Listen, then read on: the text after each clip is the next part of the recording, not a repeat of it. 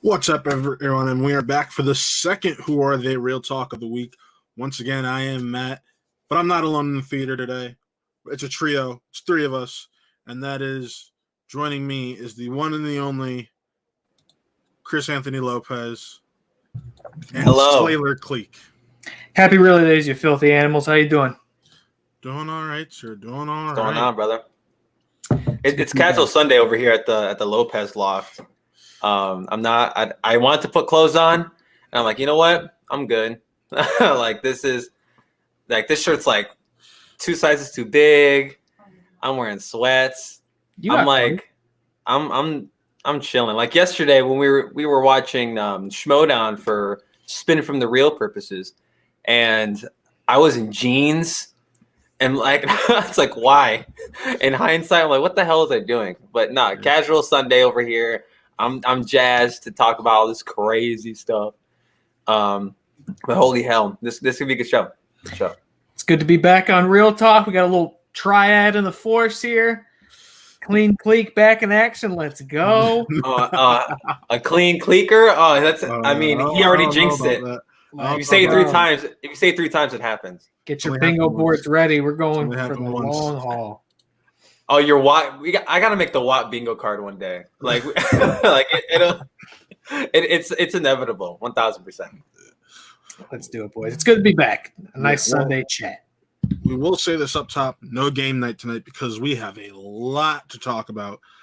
But it's a lot of it's although it's worth mentioning, I believe we got Connie Cyberpunk going live after the show to do a little Cyberpunk 2077 over on Twitch. So stick around if you are in the mood for some gameplay tonight. Yeah, no, that is very true. We got Connie Cyberpunk going on after this. It's going to be a fun old time. And yeah, I'm excited. There's a ton of great stuff to talk about. This is probably the biggest week of news we've had in months. Yeah, 1,000%. I mean, and you guys covered obviously a huge bulk of it on Thursday, right? So I don't think we're going to do too much investor chat. We'll touch on it a little bit because I know I had to dip out on Thursday.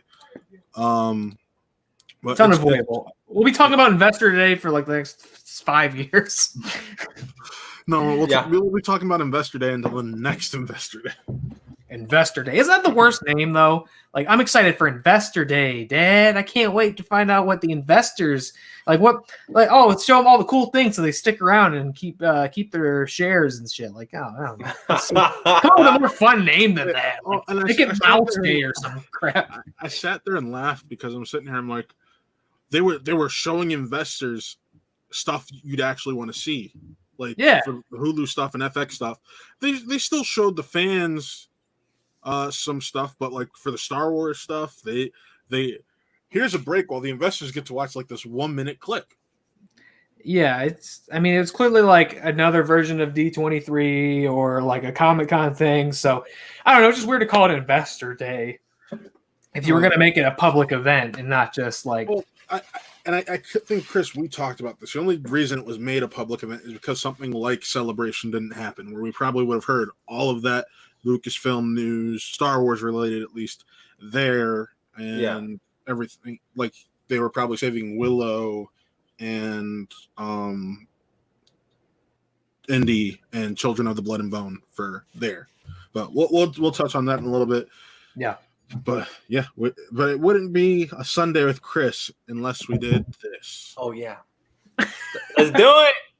It's the weekly Mandalore review brought to you by Chris Anthony Lopez every single week and Tampico Juice because I'm all alcoholed out. But we're talking about the Mandalore review. The Believer is the episode this week, chapter 15.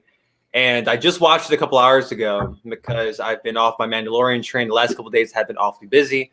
Mm-hmm. But, if you are a fan of The Mandalorian or if you're a fan of Star Wars and you've been on social media the last couple of days, you've heard the name Bill Burr all over the goddamn place. For good reason. I loved this episode. Yeah. I loved this episode.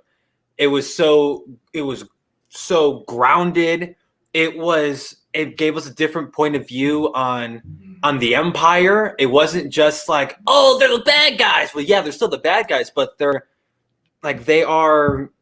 people too, you know? Like that's the craziest part. And we're almost humanizing the Empire, the stormtroopers especially.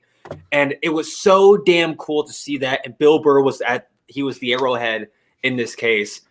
He carried this episode on his back. He's the first character we see on screen, and I love the arc that his character has. He gets way more fleshed out than when we saw him in season 1. We got to see more about Din Djarin, the Mandalorian, and what he's willing to do for Grogu / the little green guy. Like I'm so invested in the Mandalorian, and I don't know how many more episodes there are in this season. One. Was this the one? So we get one more. Oh, hell on earth. So with this one, right? If the Jedi, I forget the name of the Bo-Katan episode. I'm just called the boss just because. It's the Heiress. The Heiress, thank you. So yeah, the Jedi, the boss, and then I'd put the Believer. Like honestly, it's incredible. Like this, I was just so enthralled in it. And yeah, that outside of the Ahsoka Tano appearance, the Bo-Katan appearances earlier in the season, yes, I was very post drunk when I watched this. He was hungover. I didn't. Say that was the next day for her. But I love this episode so much. And it's. I want to know how much of what Bill Burr's dialogue was improvised or just letting him go, letting him riff off of the world and off of the characters. Because who would have thought that? And I know I'm talking about Bill Burr a lot, but he really was the crux of this episode. He was a star of this one, yeah. Yes, like, and it's plot. We're driving the plot through, and yes, OMFG. It's Taylor on Real Talk. Hell yeah, brother. Is that Semen Demon in the chat? Yeah. Go ahead, you're always welcome, Connie. A wild Semen Demon in the chat. And you don't have to ask permission. You know that. You're damn right, the Mandalorian review, brother. But I love this episode. I really did. I know I come on this show every week and I talk about how much this show rules. But that's how much I love this show. And it genuinely is some of the best television or streaming television going on right now. It's freaking awesome. And if you aren't a fan of the mainline Star Wars movies, or if you're not the biggest Star Wars fan, or if you're just a casual fan, like, this is what you should be watching. Mandalorian is the definitive Star Wars material right now, and it's the best thing that's come out of Star Wars since 1980. Like I will say that until the day I die. 83, arguably, depending on who you ask. But I really want to emphasize how much how great this episode was. Like, Fudge Ripple, it was so good. It was so dope. I loved it so much. Hey, Taylor, actually, you should give your thoughts because you haven't been on here in a while either. No, I've not really. We just kind of hit the Mando speak a little bit on Really Scared for when we talk about what we've been watching lately. But I have not. I've not sat down and really unpacked my Mando feelings, which are very positive. Same, Pete. Knowing that there's one episode left of this season makes me very sad because I'm not ready to return back to life without new Mandalorian already. It feels like it just got back here. There we go, Connie Mando in the house. Yeah, Connie Mando, baby. You gotta love the name because this is a guy who's adamant about not watching Mandalorian for a long time. Yeah, this dude was the holdout, and then finally it clicked, huh? Yeah, I was so just 5 times it took me, 4 or 5 times it took me to finally get past the second episode. Got past it. I think I watched everything up until this episode in the matter of a week. And you loved it. I absolutely loved it. It's great, dude. It's such a good show. It really is. After those first 2 episodes. What did Waffles just do? What the fuck? Oh no. That was definitely Waffles stuff. Oh shit. He's got himself on mute. So yeah, there was a waterfall that went okay. A pipe burst. That was our new industrial grade blender. Oh. But anyways, yeah, I love this show. Every episode is better than the Was she last blending one. like a hand? Like what? Yeah. What on what earth? G Fuel smoothie coming up. No. But this last episode was one of my favorites, probably top 3 for me. Ever? Yeah. Word. First one is Prisoner. So it kind of makes sense that 2 Bill Burr episodes are in my top 3. They're great. But he's the best thing to happen to Star Wars. Ever. He himself is the best thing to happen. Yeah. It is so funny that Bill Burr's in it, and it's even funnier that he came back. I never thought that character was coming back. Yeah, me neither. Which credit again, I mean, these are the guys who hid Grogu from us, not only his name, but as just his existence prior to the show premiering. I had no idea Bill Burr was back. It's just so funny to see him in that world. I always think of him getting the script and look, he's like, what do you want me to? He's a stormtrooper, right? What is that? He's got mini. Who the fuck, mini Clark? What is that? That's a good Bill Burr impression, Taylor. Yeah, damn, you just brought that. You got that out of nowhere. Fuck. What's the thing? I listened to his podcast and hit the bit of him with Mando in the tank talking about, you and I, we aren't that different. I'm a survivor. Good and bad. It's all relative. Like. It totally, you just swap out the Star Wars phrases, and it sounded like it could have been totally ripped from like a new bit. Or that's the thing about him is he's like, not only is he incredibly funny, but he's a really good dramatic actor. Yeah, like, he can go from like a really funny one-liner to like a really dramatic moment like that. We saw him in King of Staten Island doing the same thing, and he really carried the episode. It's good, though. I do love that they didn't try to make him anything other than Bill Burr in Star Wars. Or like, I don't know. He's Boston. He's an angry Boston dude. I just wanted to say Mando is amazing. I'm glad I finally got around to it. Mando, yes. Big Mando, yes. 5 out of 5. Mando, yes. 5 Thank out you, of Connie 5, Mando. Grogu's. Oh, that's the. Thank you, Connie Mando. Thank you, Connie Mando, the best. See you at Watcom, brother. But the no, and that's why I say like it feels like they just let Bill Burr go. Like, and I didn't notice it until his interaction before the mission begins with Din. And I don't want to get too spoilery because everyone should go watch the episode. But the bit when he was talking to Cara Dune and talking about just who she is, I felt like all that was improvised. Talking about her person and her personality. I'm like, yo, like that's just Bill Burr talking about Gina Carano. Like that's all that I got out of that interaction. And there was some great development from Din in this episode. Like just the things he's willing to do for Grogu.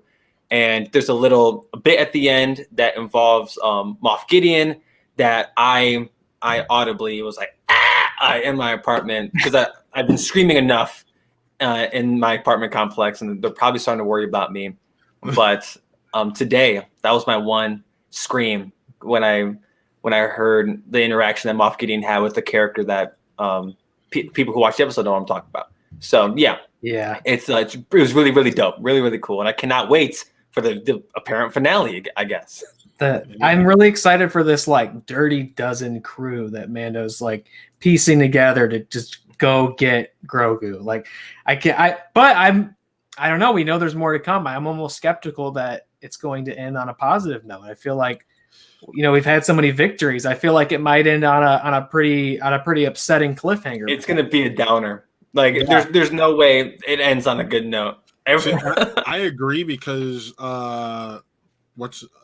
Giancarlo Esposito is kind of teased. You're going to see a lot more of him in season 3 because even for how buffed up and whatnot or pumped up he's been, we've been expecting more of him. We haven't gotten a ton more. And they've also been leaning into something I never thought I'd expect, which is the potential promise of some dark side Grogu. I never thought that was ever going to be on the table. I mean, they kind of hinted at that in season 1, though.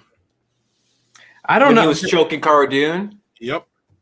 Yeah, he's got a little mean streak, but it's just like after he got off the rock, we're seeing he's tapped into some new abilities, some new strengths that he didn't have prior to getting there. So it's the same. That's just force, push, and pull, and you've seen him do that. Yeah, but he's getting real mean and personal with it. He is killing dudes without remorse with it now. And he's eating babies. It's not protective. It's like, I'm gonna kill you. I can do that. And my man's out here eating babies and stuff. Like it's his whole thing. But no, the Mandalorian it's such a this season to me. As much as I love season 1, I don't even care how this season ends. Season 2 is the bomb. Like this sets the standard for all the other shit we're going to talk about later with the Disney stuff. This Mandalorian set the standard production-wise and quality-wise going forward. And the bar is high, so good luck to the rest of them. Yeah, good effing luck. I don't envy anybody. No. The only person I really envy is probably Pedro Pascal. But besides that, like this is a great show. I will say this. I do think we're going to see Din start to take more of the approach of the Bo-Katans, the Sabines, the Mandalorians we know, the more modern Mandalorians. And that's, I think, him taking the helmet off in this episode was the first step towards that. I think a big part of that, and I know we're trying to dance around the spoilers and all. I think a big part of that was a good one. I think I didn't want to say that, but okay. I think a big part of it is the character that he's been hanging out with the last 2 episodes. He sees another Mandalorian who took it a different route, who didn't have this traditional upbringing in like sort of ritualistic learnings, and sort of retrofitted it to their own life and their mission. And he saw like, okay, maybe it's not so defined. Maybe you don't have to put it in a box that's only that. Maybe you can make it more personal. And I think that's what we're seeing with him in Grogu. He's realizing, tradition and the old world and religious beliefs, like that's all stuff I've been taught, but this is what I'm feeling, and I'll sacrifice anything for this. So I think a lot of that's him seeing, the other Mandalorians throughout the season who aren't doing it like he does it. So yeah, I agree. I think that's where we're going. For Pedro, I think we might be seeing him without that helmet, maybe a little kind of frequently going forward. Yeah, but why would you try to hide Pedro Pascal's face like that? You don't need to. Like you don't need to. Like, he's a good looking dude. Plus, I like seeing brown people in Star Wars. But I will say that not to see him look like a potato like he does in this figure, where he actually has a removable helmet. His face looks like a potato, and it's so sad. Oh yuck! Well, that's because you were disrespectful enough to take his helmet off. How dare you? Well, no. Yeah. This is the way, brother. No. That's what you get. I didn't take. See, this is taped and sealed. I'm talking about from the release stills they did of it when they announced it. Well, that was very disrespectful of them. Yeah, if you take it off, there should just be a little note in there saying "Shame on you." Just this is the way on the face. Yeah, there's no head blank face. Yeah, no features. They should have done that with a fun Easter egg for people. But enough about Mando. We have. We'll probably talk about Star Wars more a little later on. All that great stuff. But let's get, speaking of Star Wars, December 19th, Star Wars Holiday Special Watch Along. That's what I'm doing on Saturday. Damn. I was thinking to myself earlier, I'm like, next weekend I have nothing to do and I can't wait. And I completely forgot that was the thing. But no, we're watching the Holiday Special. I've never seen it before. I've heard nothing but bad things about Life Day, so I cannot wait to check that out. Life Day, which is kind of a lot of stuff about that holiday special it's been put back into the canon. Mando episode 1, where they're talking about Life Day and Mando. I mean, look, Mandos don't even exist without the holiday special. I'm sure we'll get there during the watch along. And also, you threw it up on Twitch. I want to say real quick, guess who hit 50 followers on Twitch, baby? We did. This channel did today. So thank you so much to everybody who followed us on Twitch. That's a huge milestone for us. We've been really hyping that up and looking forward to that moment, and we did it. So I'm very excited. This is our first stream at 50 followers. That affiliate status, we're going to see it under the Really Days tree. I have a lot of faith in that. We're on our way to big things. 100 subscribers on YouTube, 50 followers on Twitch. We're making big moves. I'm so proud of this channel, and I'm so excited and thankful to everybody who supported us this far. Damn right. All right. Well, to our first piece of news, we're going to touch on this a tiny bit, not a ton, but HBO Max directors and companies that have worked with Warner Brothers are fighting back on this HBO Max stuff, as expected. Even Timothy Chalamet took a shot at Warner Brothers last night on SNL. This is just Timmy. This is not working out how we hoped it would.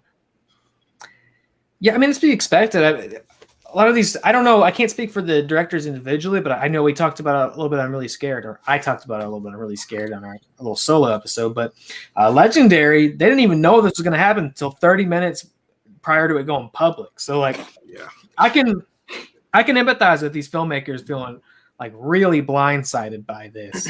And again, we don't have to get super into it because I know we have. You know, I'm not somebody who's incredible. It's very nuanced, my feelings on this whole move.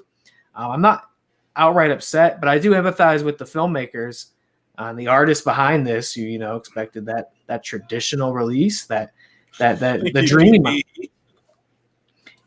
Yeah, thank you. The dream of your film on the big screen, making big movies too. So I can definitely sympathize. You know, I know Denis upset. I know no one doesn't have anything coming out, but he's still upset about it. You know, Patty Jenkins, they had to like slip her little money under the table to not publicly complain about it. So I can sympathize with what's going on. I get it. I get their feelings. It's another reason to why this move is not great. And I caught a lot of flack for the words that I said last week from a certain Thomas. I'm not gonna mention. That's not Matt. That's not Matt. But this is just another reason to why this HBO Max thing sucks. And Warner Brothers has egg on their face. They have a ton of egg on their face. They not only changed the way streaming is going to work on their service, maybe potentially other services. They had to release this news to get ahead of the Disney stuff, and Disney was just like, "Oh, here's Star Wars, Marvel, Disney, like all this stuff." Hi, George. They had egg on their face. Well, I went into it last week. Was it last week on the show? Yeah. Last week? Yeah, last week I talked about it enough. But this big egg, they got 2 eggs on their face from Disney and one from their filmmakers. Yeah. And you know, Nick, it is a bad move for the filmmakers, and it could potentially be a bad, I don't know. I see a lot of different aspects of it. I also, not only will this affect how movies are released, but I think it's going to affect how they're made going forward, because if there's less screens to play these big movies on, you might see less big movies. So if you love blockbusters, and I don't know if that's necessarily a bad thing. I'm not. That's why I brought up The Void, because a lot of Disney's big budget films recently have been shooting on Void, because ILM had like 5 more Voids commissioned. Voids. But it's because a show like The Mandalorian, which looks like a $200 million show, is made on a $100 million budget. Correct. Yeah. It's allowing you to cut that budget in half. Yeah. Yeah. And yeah, filmmakers don't want to make movies for TV. I guess my only thing is I just don't know what the alternative on this was, other than just waiting even longer. And we know they just weren't going to do that. In a perfect ideal world, that's what you would do. You would just wait even longer. But that's not helpful for theaters either. And I don't know. The obvious thing is I'm not informed enough or intelligent enough or have the experience to really say what the best call would have been. But you can definitely see the negatives in it. You can see who's hurt by it. At the end of the day, though, I'm also not upset about convincing some of these fuckers to stay home, because they're not, man. I was going on the highway today and I saw cars backed up in line down the highway on that mall exit. And I was like, you gotta be shitting me, man. It's just, come on. I was just about to say heading home to a line down the highway. I wasn't even near the mall yet. I mean, I wasn't going to the mall, but like I wasn't even off the highway and I saw the line. It's just like, God, man. And see that line's even bad on a normal day, but you had the holidays on top. Yeah. It's just ridiculous. So I don't know. You know, a move that tells people to stay home. I mean, you still have the choice. So if that's not your thing, you know, you can go to the theater, and as soon as things are looking better, I mean, that's where I want to go. You know, I want to go to the theater, watch these movies. So we'll see. I don't know. It's definitely a double-edged sword. We'll say Bruns Tucky. That's the best way to put it. I mean, you definitely just doxed me, but thanks again. Well, no. Hey, nobody change half the word doesn't really conceal it very well. Yeah, I could have saved that for later, but cool. Yeah, no. What was I saying? Oh, but I definitely feel for the filmmakers, in which case this is objectively not a good move for them. So I can see why they'd be upset, especially if they didn't they weren't told ahead of time. They didn't have any potential to even talk about this, which that happened because none of them would have been happy about it. So they're like, look, we'll just, it's easier to ask for forgiveness than it is permission. So we'll cut you a check. Don't worry about it. And you'll get to make the next movie, hopefully in 2023 or whatever. Right. All right. Well, I mean, I'm along the same lines as you. I get it. There's not much else they can do, but at the same time, it's hard, especially to see what it might do to the industry as a whole. But yeah, that's where we're at right now. Yeah. But moving on in the world of Warner Brothers, Patty Jenkins came out and was talking about how basically every director involved in the DCEU hates Justice League. Wait, really? Yes. I didn't hear about this. Yeah. What did you say? What do you mean? What is it? What? Let me find this again. But yeah, came out. She basically came out and talked about how DCEU directors do not like Justice League. I mean, neither do most audience members. So let's preface this by saying there aren't too many DCEU directors. Zack Snyder, David Sandberg, Jenkins, I don't think David Sandberg. She was talking specifically about the ones who were involved with these characters before. So there's 3. So you could argue Ben Affleck because he is in development of his Batman film. No, I'm not. On that in a minute. But they asked Zack Snyder sometimes what he thinks of Justice League. Oh yeah, James Wan. Yeah. Did the movie come out after Justice League? Yes, but once again, another example of in production, in development. He didn't feel like the character he was developing fit they portrayed him as in Justice League. Oh yeah, sure, totally. But because if you say that with no context, it makes it sound like, yo, all 50 directors in the DCEU don't like Justice League. It's like, no, there's probably like 4 of them that don't rock with it. There's 4 of them. And it's, I mean, I totally get it. Here's the quote. I think that all of us DC directors tossed Justice League out just as much as the fans did, but I also felt like the version that version contradicted my movie in many ways, and this current movie, which I was already in production on. So then, what are you going to do? I was like, you would have to play ball in both directions in order for that to work. The only thing I've done, and I've always tried to do, I knew when Zach was doing Justice League where she sort of ended up. So we're going to see that on the Snyder Cut, apparently. So we always tried. Like, I didn't change her suit because I never wanted to. I don't want to contradict his films, but yet I have to have my own films, and he's been super supportive of that. And so I think that Justice League was kind of an outlier. They were trying to turn one thing into kind of another. And so then it becomes, I don't recognize half of these characters. I'm not sure what's going on. So just to preface, she doesn't hate it. She didn't say that. She easily could, but she just says like, yo, she doesn't like how Diana was treated in Justice League. Granted, so do I. But I guarantee that, yeah, it's not like the Marvel thing where they work so cohesively with each other and they have to fit the Marvel vision. From what it sounds like, they gave Joss Whedon like, yo, just fix this. Just fix this. I'm sorry. Gotta laugh at that. Nick's having a feud with a Night Robot in the chat. Nick, why don't you be nice to Nightbot? Leave Nightbot. Nick's mad. Nightbot told him to stop spamming caps. Nick did not. He said, beep boop. Don't hit me with the beep boop, Nightbot. How are you going to hit my man with the beep boop? Nick? Why don't you quiet down? That's what Patty Jenkins said about Justice League. She's like, man, this is some beep boop. Like, this so she didn't like that shit. They thought the wee cut. That could be interpreted many different ways. But what I will say about this is that, okay, like you don't like it, cool. You don't got to worry about Joss Whedon anymore, and really don't have to worry about the DCEU as I forgot in the news right now because the Ray Fisher investigation has ended, and there have been remedial actions taken. Some we know about, some we will learn about in the near future. He said in a tweet.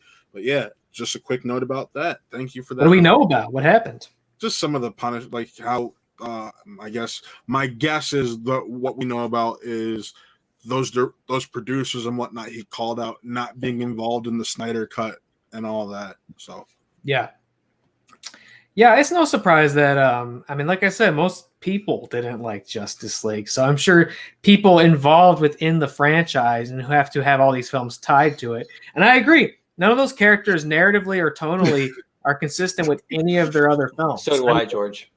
And a lot of that has to do. I mean, a lot of it has to do with it. Obviously, just dropping the Zack Snyder. Ray got paid. Good for him. Yeah, I mean, it doesn't really fit in line with those other characters. Like Batman feels like a completely different character than he did in BVS, which is also not a movie I love. But if you're going to make a sequel to it, you should take notes from it. Which do you think we may be getting another cut of that? BVS. Good Lord. Yo, let's get ready to MTS. Yo, what's going on? Yeah. Showing love to the Let's Get Ready crew. What's going on, you crazy kids? You boys had a great spot over there yesterday. Yeah, yesterday. Forever grateful to LGR. I know Matt and I would probably talk about that more on Spin from the Reel on a Wednesday for the birthday party and the celebration of the new era that we'll talk about later. You should get some of those fine folks on here sometime. Continue to cross. We're working on it. Well, I don't want to jump the gun. I don't want to get too ahead. I don't want to put the horse before the cart. But no spoilers. I'm just saying. No spoilers. But we'll talk. We'll talk. We'll talk. It was a big weekend for Spin from the Reel. 1,000%. Yes. But so yeah, I get it. Oh, what's going on, Ghost? Joss Whedon leaving his HBO show. Is this something we know about? Oh, okay, maybe. I mean, that would make sense, right? Because HBO's that would make good stuff. Good stuff, guys. And look, DC directors going out publicly and saying like that movie's a stinker. They probably don't feel like they have to mince words. And now coming out to the other side of this case, where they're like, yeah, this bum's been kicked to the curb. We can speak truthfully. His movie sucked. I know. That movie was good. But you know what? Those Avengers are looking hella white, except for Hulk. So, and even then, he's still hella white. That's a conversation I do not want to have right now. But yes, the last thing before we move on, I can say in confidence that Justice League is the most disappointing movie of my lifetime. Yeah, fair. There's no reason that shouldn't be my favorite movie ever made. It's Justice League. How can you mess that up? How'd you not mess this up? Well, hold on. We're still staying in the realm of Justice League because we're going to talk about Ben Affleck's Batman film. We got word on what the film was supposed to be about, and it was being compared to David Fincher's The Game by Joe Manganiello himself, who is. And it was also revealed that Deathstroke was supposed to play a major part in the DCEU going forward after that film. Well, yeah, he's going to get his own movie, right? Yeah, he's going to get his own movie, and he was going to be like the interconnecting big bad, I guess you could say. Oh my God, he's Thanos. Like, no, because Deathstroke has interactions with so many different DCEU heroes, it kind of works as a setup, as a through line. So, Deathstroke, the Deathstroke's villainy doesn't usually, if you look at the books, it doesn't usually cross towards the Justice League. And Jess, you're not missing much from not watching Justice League. That's fine. But Deathstroke, I'm not watching that with you.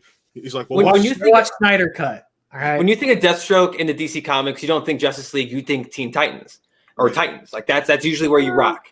I don't know. I mean, you're right. He's definitely first and foremost, I think, a Titan. If it's obviously like Batman. But I think that's more with our generation, because with the older generation, he is more. I did not hear a single word you just said. I said I think that's more so with our generation, because our generation gets Titans, whereas the older generation, and I know this from a friend of mine who used to own a comic book shop, the older generation is more familiar with Deathstroke because of Batman. So, No, and that's totally fine. Batman was the more popular comic book he's probably still the best-selling comic book every single week. So of course people are going to know him from the Batman comics. But if they put when they put Deathstroke in a big villain spot, odds are it was Teen Titans. But I'm not even just talking about the animated stuff. But I digress.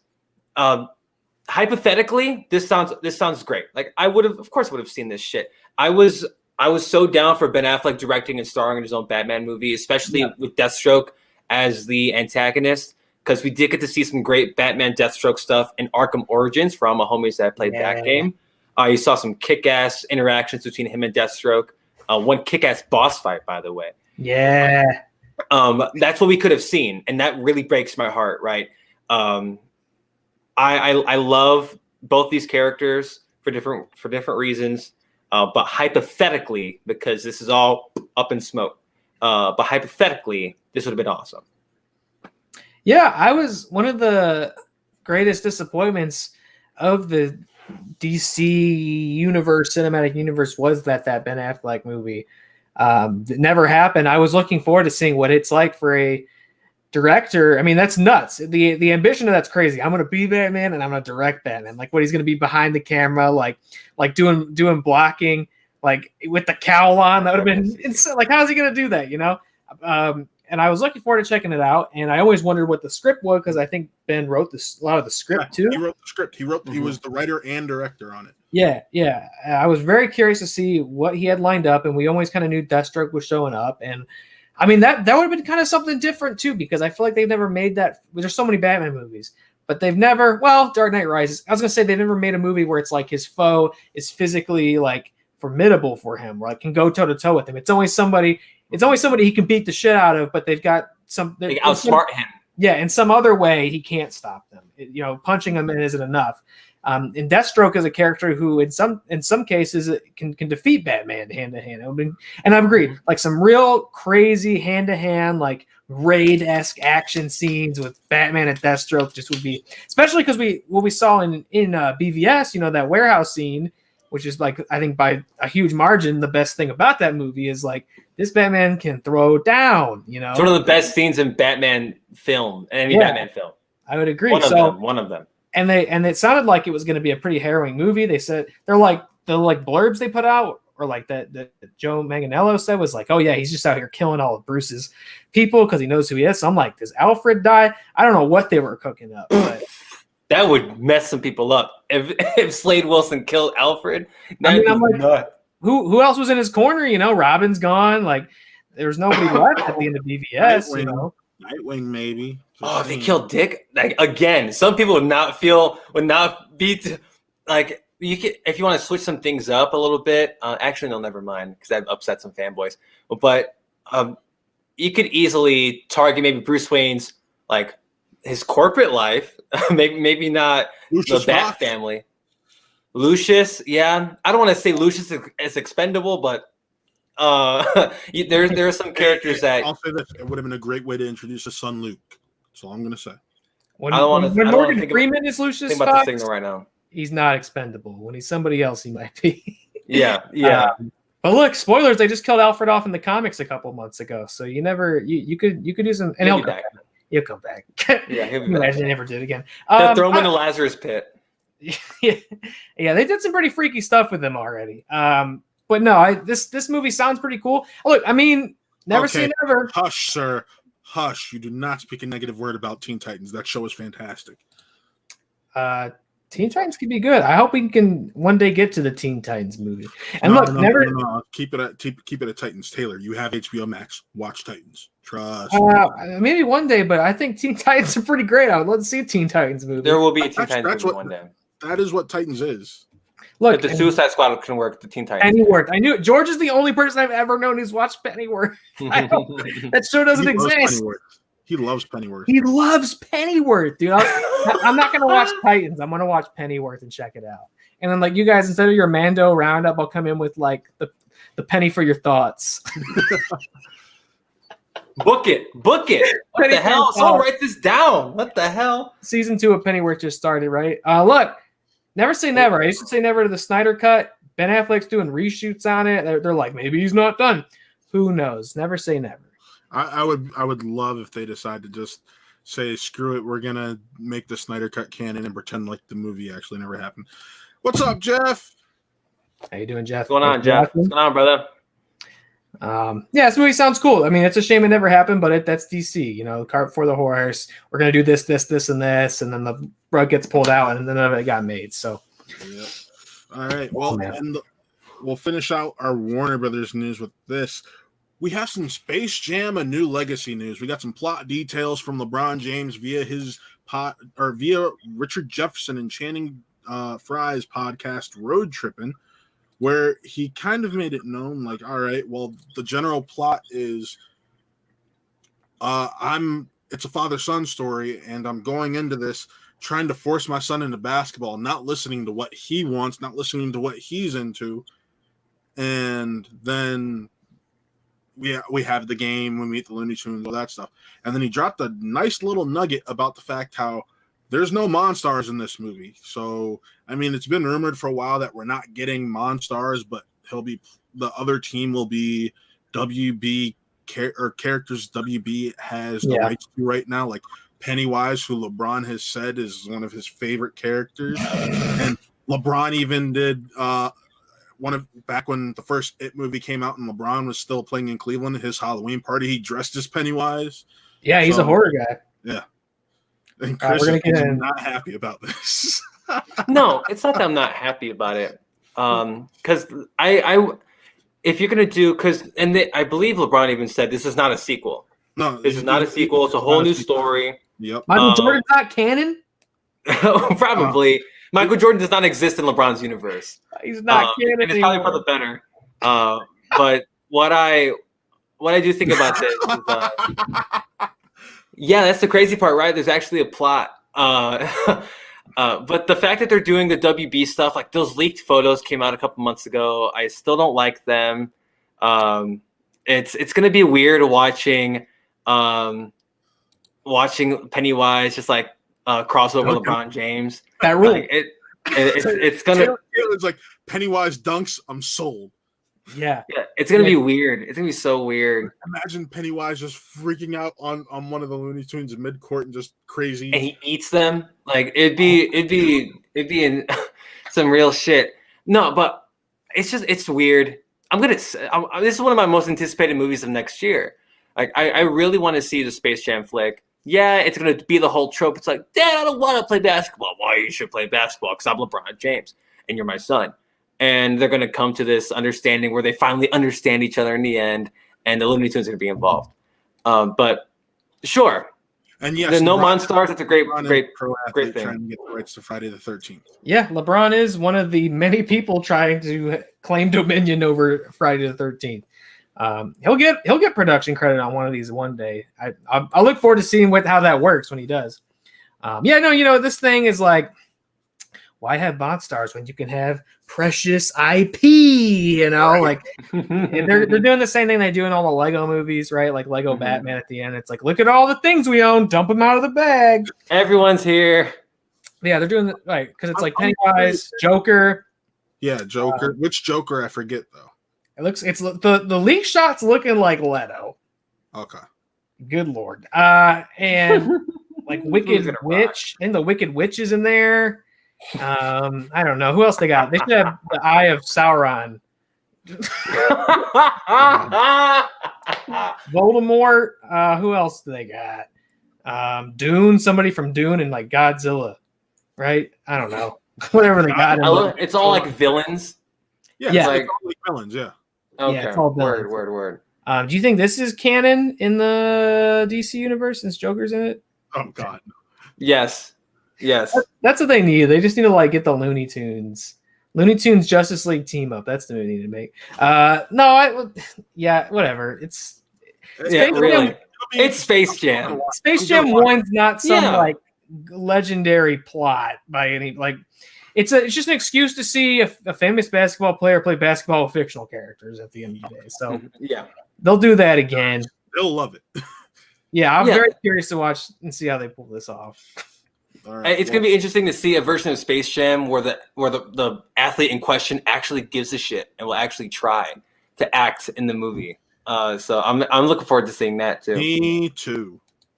I love Michael Jordan's performance where he's just kind of like looking around all the time. He's like, all right. He just kind of showed up and is like, he's like, I'm Michael. Like, what else do you need from me?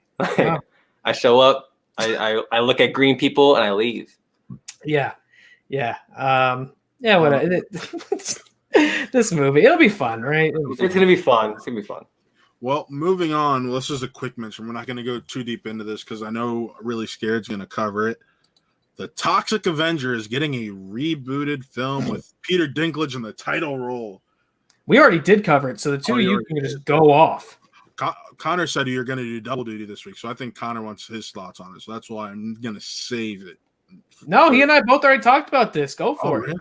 Yeah. I got no thoughts. It's a pop culture flop that has grown into this pop icon. So hey, cool. Toxi's back as a short person this time. Cool. What do you think about it, Chris? Oh, that was one hell of a way to word it, Matt. You said it was an icon. The Toxic Avenger's an icon, and he's like, what's a cult icon? Okay, sure. Yeah, because B-movie royalty. Because if I were to go, if I could text like a bunch of people right now, it's like, hey, have you guys heard of the Toxic Avenger? They'd probably think I'm talking about this, So the fact that we're getting another Toxic Avenger because nothing's sacred anymore and everything will be rebooted to the end of time. This show one day will be rebooted. So it's already been rebooted, Chris. This is the reboot. This is the reboot. You're right. Wait till we recast. Oh my God. I can't wait till y'all get another token Latino. It's going to be, it's Peter Dinklage doing more cool stuff. I love Peter Dinklage and I will probably see this solely because of him. Like he's a really talented actor and people they mainly know him off his work from Game of Thrones. For good reason, because I've heard nothing but good things about that, his performance in that. He's the angry little elf, though, and I hate that movie. Great, shut you cotton-headed ninny muggins. But Toxic Avenger, what a weird IP to bring back. Are people clamoring for more Toxic Avenger? I know George probably in the chat like, I love Toxic Avenger, Chris stupid, and I'm like, oh, and I will. Oh, thank you. See, and that confirms my theory. I take that back. So no, this is going to be weird. It would be really, really weird, and it's going to be hard not to mix up Toxic Avenger with Avengers to a general audience. Favorite goal. Or Jess is the next token Latino. Spooky Ghost. Spooky Ghost. Yes, there you go. I'm not alone. I love it. Thanks, y'all. Jess and Spooky Ghost. I love y'all. All right, but I think I've said my thoughts.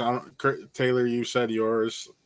Chris. Yeah, the biggest question with this is, as you guys touched on, is this is a B-movie trauma franchise, and it's getting restructured by Legendary Pictures, who make Godzilla and Pacific Rim. So, and have a genuine movie star in Peter Dinklage. And Lloyd Kaufman's producing it, who's the trauma. If you don't know, he's the man behind Trauma. He's the man behind the original iteration of this. So I don't know what the hell this will look like. Anything less than anything over $10 is too much on Toxic Avengers. So I don't know. This you might sacrifice the charm and appeal of this, the concept of he's gross, he's weird, he's a mutant, and he hits you with a mop, with a big slick trailer, and it's burn in a world. I don't know how this will work. We'll see. We'll see. Obviously, I'm interested. Weird choice. Didn't see this coming though. I didn't have this on my bingo board. No. All right. Well, moving on. Before we really get into the stuff, we got Cobra Kai season 3 trailer this week. I don't know if you guys watch it. I did send the notes earlier, so I'm a big Cobra Kai fan. And this looks like it may be the best season yet. So. I don't know anything about Cobra Kai, so this is all you, friend. I know Chris doesn't, so. It's not for. I think I tried popping on Cobra Kai one day, and then I remembered, I didn't watch Mando, and I popped on Mando instead. I know, but I do plan on watching Cobra Kai, and I haven't. I did promise Boggs, friend of the channel. I didn't. It's not that I don't want to. I prefer to watch other things. You are so kind, Jessica. You are way too kind. Thank you so much. But the no, that really threw me off. Damn, Jess. But the my man blushing. What am I talking about? Cobra Kai. No, that's why I didn't watch the trailer because I don't want spoilies because I know nothing about it. Like I know Jack. All I know is that they got William Zabka and Ralph Macchio to reprise their characters. I had no clue Ralph Macchio is like 66. Mm-hmm. He's up there. Nothing like. Is he 66? Something like. He's not 66. He's probably like 50 something. No, I know he's anymore. There's no way Ralph Macchio is 66 years old. Like, there's no way. Karate geriatric. Because when did Karate Kid come out? 82? He just 84? turned 59. He just turned 50. He was close to his 60s. That's why I knew that. Okay, so I'm like, damn, like 66. That man's old. But no, I know little to nothing about Cobra Kai. Taylor, maybe we can come on the show every week and we can kick it with Cobra Kai and talk about. Yo. Season 3 starts January 6th. I would love to have you guys do that. We'll kick it with Cobra Kai. Taylor and Chris getting their kicks. I'll only do it if you make a really slick graphic premiering that. I can have that done by the end of the night. But no, El Spooky Ghost, I agree with you. And in this trailer, it looks like we're getting a team up and focusing on them again. And we're also going to, it looks like, get a backstory, more information on Mr. Miyagi's history. We're going back to Okinawa. It's just insane. Like, I'm so excited, especially how much I love the first 2 Karate Kid movies. The second one is just, the second one's good. The third one is just not as good. And we're just gonna pretend like the next Karate Kid doesn't exist over here. But yeah, Pete D. Cobra Kai is sick. I was like that too until I watched it. Word? I've only heard good things from people whose opinions I respect. So I have faith that it's good. I just haven't given it. Like when they announced it, I was like, we need to expand on the world of Karate Kid. Same way. But we had YouTube Premium, so I'm like, I guess I'll check it out. And I was hooked. I was finished the first season in a day. It's literally a show. It takes 5 hours to watch the entire first season, 10 hours to watch the entire series. I don't got 5 hours to kill like that, you know? Like that's hey, Chris, cut out 2 of those DComs. There you go. No, I'm watching that for something else. I got 30 DComs to watch in a month. I know. So that's I gotta give you some. I gotta cut you some flack. You know. I gotta give you some flack. I know you give me some shit, right? But I couldn't even finish Lemonade Mouth yesterday because I was doing Schmodown like crazy. But I will watch Cobra Kai and maybe Taylor and I. What? Yeah, you just registered Lemonade Mouth. he's doing a show with a friend, and they're doing. We're gonna do it. I don't want to bury the lead but we will be doing a tier list of Disney Channel original movies, and that requires me watching 20 some odd DComs, some of them for the first time. But that's enough. But Cobra Kai, Taylor, maybe we can watch Cobra Kai and we can kick it with Cobra Kai one day. I love it. Let's do it. Yeah. You've never given it a chance. Hush up, old man. You're watching it with me. Got his ass. You need to just open your door and yell at him. But here I will say this: the thing, like my buddy Brian, he's like, when it came to Netflix, he was like, what's this show? I'm like, look, because he likes he has all 3 Karate Kids on Blu-ray. I'm like, you like the Karate Kid, right? 4K. Mm-hmm. It's not on only the first one's on 4K. He's like, I was like, you like the Karate Kid, right? I'm like, yeah. I'm like, imagine Karate Kid hitting the perfect Stalia with a rated R type vibe and or hard PG-13 low R rated type vibe and still finding a way to make you care about the new generation. That's what this show is. When's Jaden showing up? No, Jaden. This is Miyagi-Do, karate, and Cobra Kai. No, Jaden. As much as I love the Jaden film, loves it. Right on. He loves it. We love it. I'll check it out. I've seen the Jaden film, but not this. So I think I'm honor bound to check it out now. You have to. The first I think all 3 Karate Kid movies are on Netflix. All 4, technically, if you want to include the next Karate Kid, all 4 on Netflix along with this show. It's a great watch just on a weekend. So we'll get there. I'm more open-minded toward it than George, for what that's worth. All right, but that is all we have on non-Disney Investment Day news. You heard some of my thoughts and all of Chris's thoughts this past Thursday when we did a special Real Talk episode on Disney Investment Day. Yes, but we haven't gotten Taylor's thoughts and some of my thoughts on certain things. So we're going to start off with the Disney animation and the Disney or Pixar films. So where do you start with this? Taylor, we all start. Oh man, you just like go to the top corner and where I want to start? Yeah, we all know where you want to start. We know I want to start with Lightyear because it's true, okay? It's true. It's all true. Years ago, I totally wrote a feature-length treatment, which means not a script, a treatment for a Buzz Lightyear origin story film. And I thought that shit was cash, and I still do, and I'm right. I'm vindicated. I did it.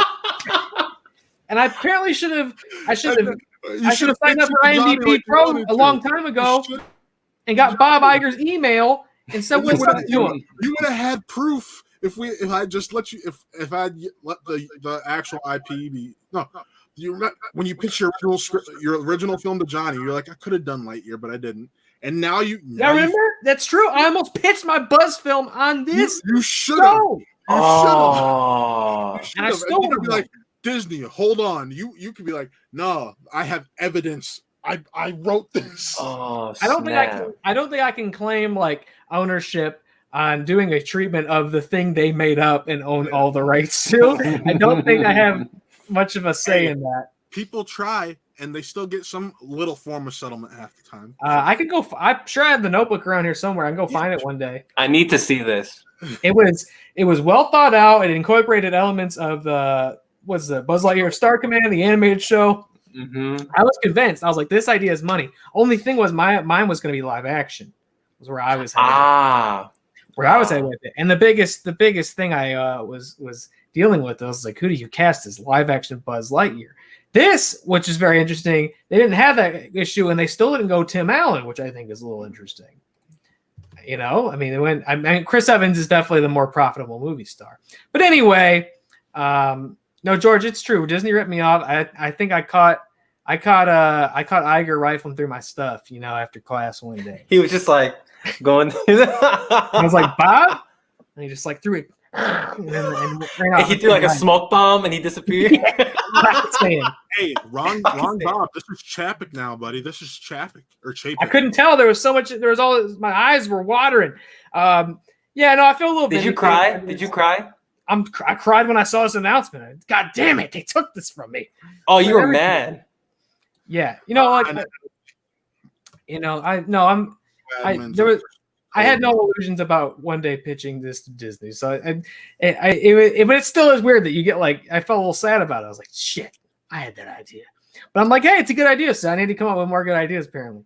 Because my thinking was like, you could do some weird take where it's like, yeah, if Buzz Lightyear were they are real action figures. But if like we lived in that world, Buzz Lightyear was this old thing, like it would be due for a reboot. So I'm like, what if you rebooted it and made a Buzz Lightyear movie? And like, it was very like Guardians of the Galaxy in my head. And I'm sure this will be too. Anyway, there's no need for me to go on about this. This is a good idea. This is a good idea, Disney. And I'm excited for it. I mean, I'm excited Pixar's doing something really different. This is a kind of a wild idea. I think Chris Evans is a great cast for it. I'm excited for it.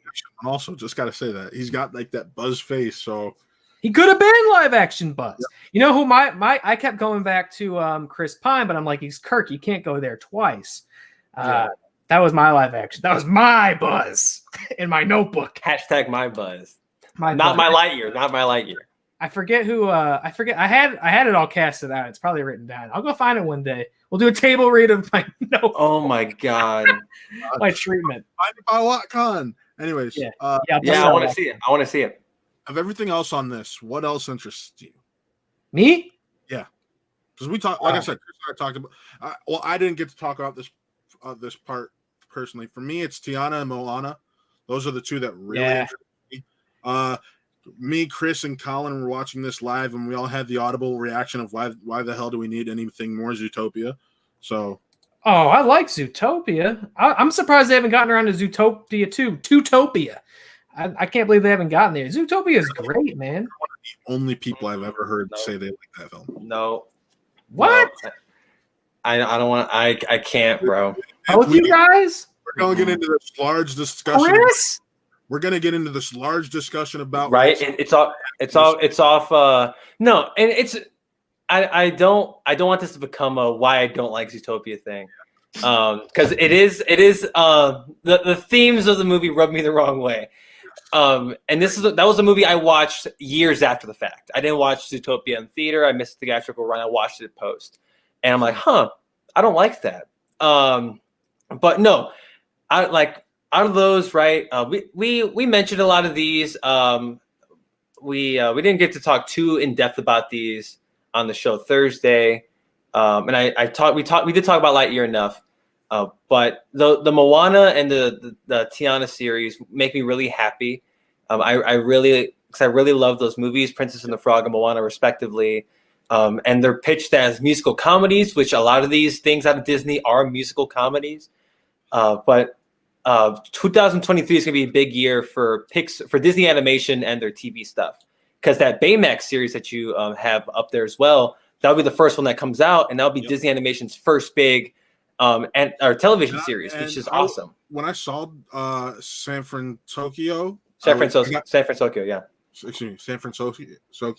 I was excited until they told me the premise of the show, and I'm like, I got a little bit less excited. I'd be lying if I said I lost the hype when I found out what the show was, because I love the core cast of characters, Baymax included. But I don't like the trope of, there's this big movie and we're gonna make a show about the sidekick or the one cute thing that's in the movie. You know, it's like the Groot series for Marvel. It's the same shit. Well, Groot's only going to be a series of shorts, so I'm not worried about that. But like, Taylor, it's the same gimmick. It's the same gimmick. Taylor, do you know the premise of the Baymax show?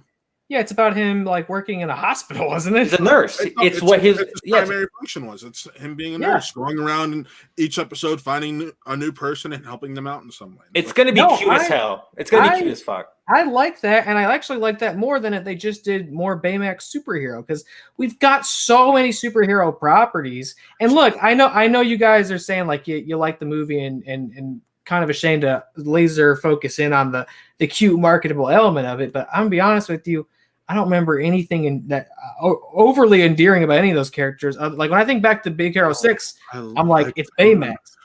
No, I know Tadashi and Baymax. The relationship between Tadashi and Baymax, like it could be this show. They've basically sold it as Baymax is going around, but I like the relationship. Chris, are you okay? He's like, your take hurt him personally. But the relationship between Tadashi and Baymax, and then the relationship that Tadashi builds with these other characters. Yeah. No, I saw the movie. It's Hero. Tadashi's the brother that passed away. Sorry. Sorry. I'm just thinking of him saying Tadashi is here, which is a Baymax thing. All I remember about it was Baymax. Yeah. I think this is more interesting than if it was just more Big Hero 6, because this is different. A different kind of plot. They're going to get it's more creative, I think. Well, just a different aspect of it. Other stuff, and I am looking forward to it because I did enjoy that movie a lot. I know it wasn't the like smash hit phenomenon that Disney needs everything to be to justify doing more of it. Yeah. So I was disappointed we didn't get Big Hero 7, so to speak. But the show, I mean, maybe we don't. This is the thing. These shows are kind of a new benchmark. Like Moana, excited for the Moana show because I love Moana, but I'm also sitting here like, why can't you make a new Moana movie? However, maybe there's maybe not a lot of distinction between the two ideas. Maybe this is better than just a Moana movie. See, in my opinion, that's where I'm at this like I do the Mandalorian, where people would have loved a Mandalorian movie, but now I'm getting more time with this character because we're going with the show. Right. I love Moana, so I'm very excited for that. And can you throw up that graphic one more time? Because I don't remember what this new one's called. Burning Red or Turning Red? Yeah, that one. I don't even know what that is, but it looks cute as hell. Let's watch that. So it's about a girl who let's watch that. When she gets like upset or her emotions overtake she gets excited. Giant red panda. Awesome.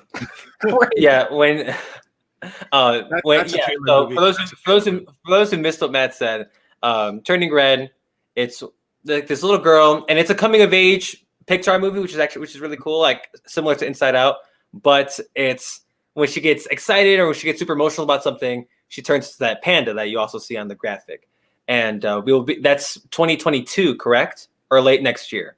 I think it's 2022. So that's Luca, a movie or that's a show? It's a movie. It's a movie. It comes out the same year as Lightyear. That is a mixture of movies and shows that they're doing. So yeah, like put the picture back up.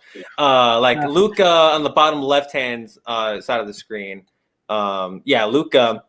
That's the one that's coming out next year. It has I kind of kept the movies closer together and the shows closer together. So totally. But like Luca, that's gonna be the next big one. It's like Pixar. Call Me by Your Name, Pixar. But not Call Me by Your Name. Let's keep that in mind as well. But to me, we talked about a lot of this crazy stuff, but I will reiterate my 2 cents from Thursday. Encanto, I'm really looking forward to Encanto. Like truly. You tell me Lin-Manuel, I am in. Yeah, like you tell me that Disney is making a movie about Colombian culture and Lin-Manuel Miranda's writing the music for it. Yes, God, yes. And I love that Disney and Pixar, it took them a long damn time, but we're getting more diverse movies coming out of their catalogs now. Yeah. I mean, we got like the Pocahontases, the Aladdins, and Mulans, but like those were it. That was it for a while. And then Tiana showed up, or Princess and the Frog, and Moana in 2016. But the fact that we got like Pixar's Coco, I believe that was 2016 as well. And then now we're getting Encanto and Soul's coming out on Christmas. And according to George on the show Thursday, 2017. Coco is 2017. I had been dating Jen a year when that came out. So okay, yeah. So that's my I love the fact that they're getting more diverse with their movies.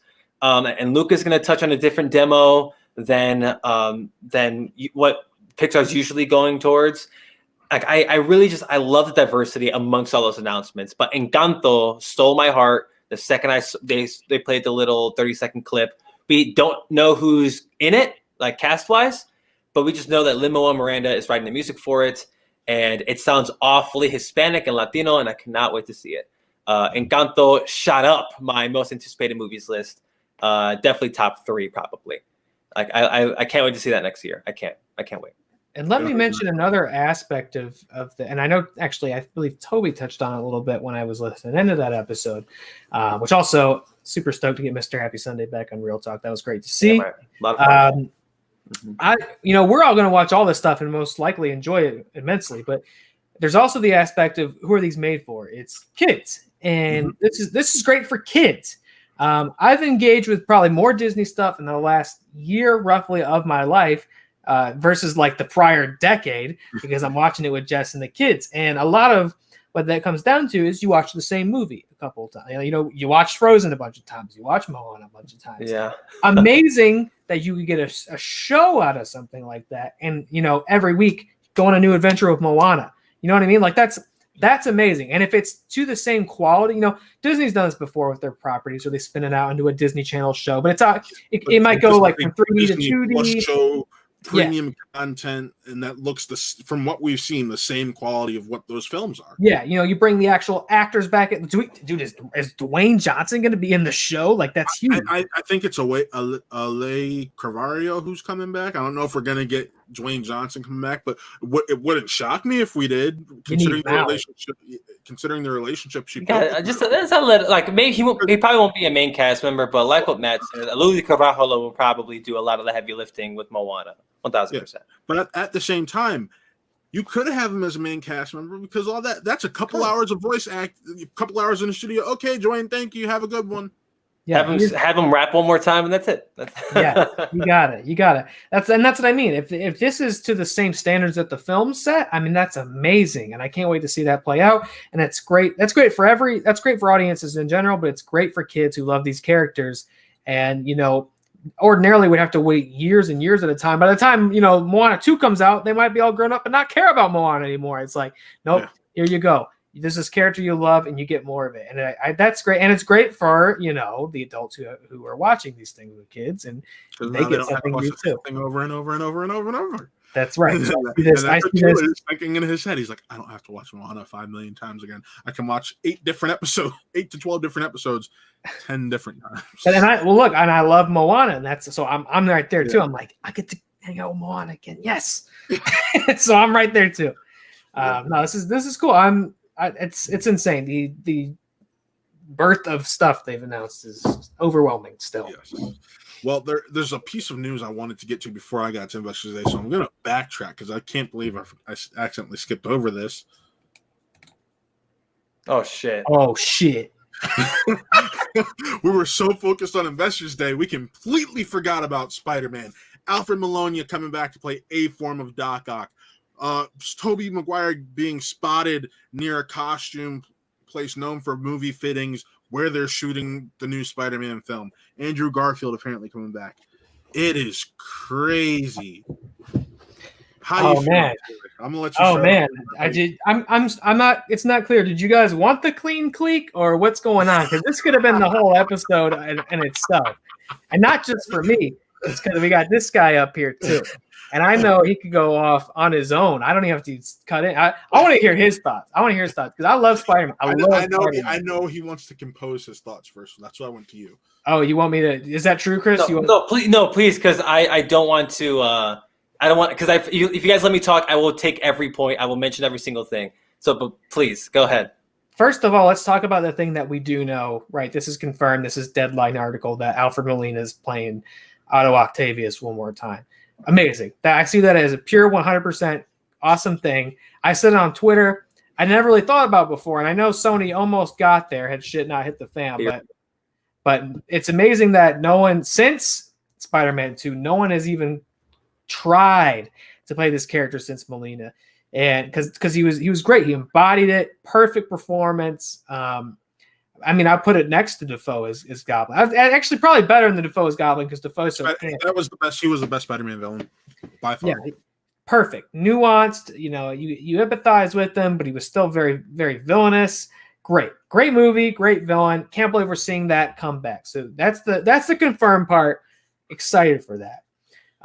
The Toby thing is still kind of in there, but it's what we're all thinking this is headed to, right? If you're going to bring back Jamie Foxx. If you're going to bring back Alfred Molina, it's like, how are you not also going to bring back Garfield and Maguire, right? That's got to be what we're building to. We know it's a multiverse movie, right? Because Doctor Strange is showing up.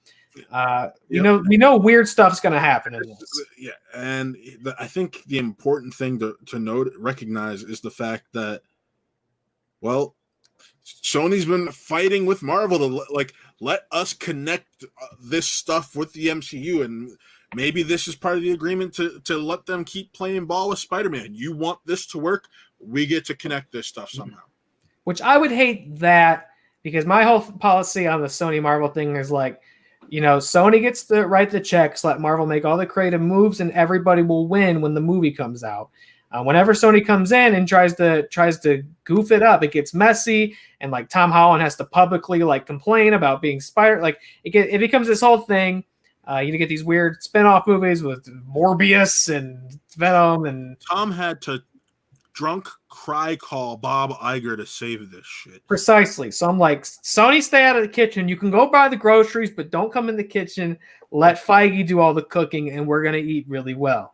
Now, I don't know that Marvel.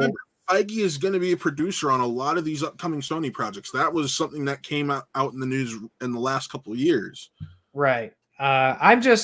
This doesn't feel like a Marvel Studios movie to me. This does feel like Sony. Because this doesn't feel like what the logical like sequel to Far From Home was going to be. And I agree. That film was not setting up Spider-Verse. That was setting up, Peter's on the run because everybody knows who he is. How are they going to fix this? How is he what villains are going to arise because of this? And which I didn't say to me, like, Doctor Strange is going to take him through the multiverse and they're going to run into Electro and Doc Ock and and probably Venom, because you got to imagine Sony is politicizing, like we need Venom in this. Like that feels like that's where all this is going. And I don't know. I mean, this is crazy. You would think there's not, how could there be anything ambitious left for Marvel Studios to do after Endgame, which is, such a feat and an accomplishment and an anomaly in filmmaking and franchise storytelling. This also is pretty unprecedented. Like, we're going to reference a movie. I mean, what's the first Spider-Man's almost 20 years old? It came out in 2000, I think. No, it was 2001. Came out in 2001. I'm old as shit. My wet dream is Sam Raimi signed up for Doctor Strange 2 to make a deal for Spider-Man 4 with Tobey for Sony. I don't know. Maybe.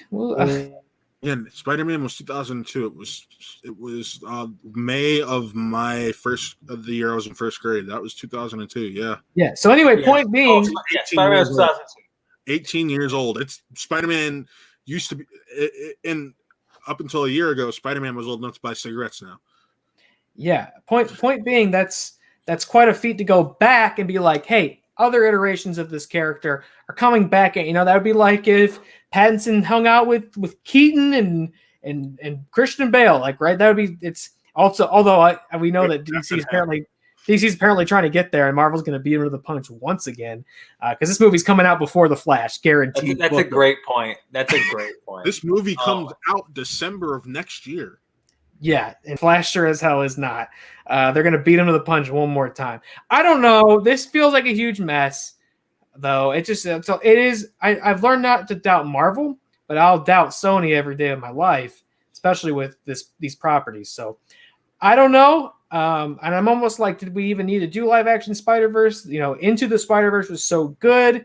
Did we really need it to come over into these movies too? And they could have just been traditional Spider-Man, and you could have done Spider-Verse 2 and built that world out. I don't know. I'm skeptical, but I'm optimistic because I love Spider-Man. I love Tobey Maguire. In the way that Keaton's Batman is like sacred to some people, Tobey's Spider-Man is sacred to me.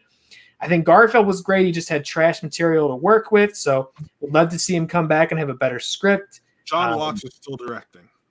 Yeah, and that's good too, because he's he did the last two, so he's comfortable in the world. So, and we'll talk about John Watts directing a little bit later.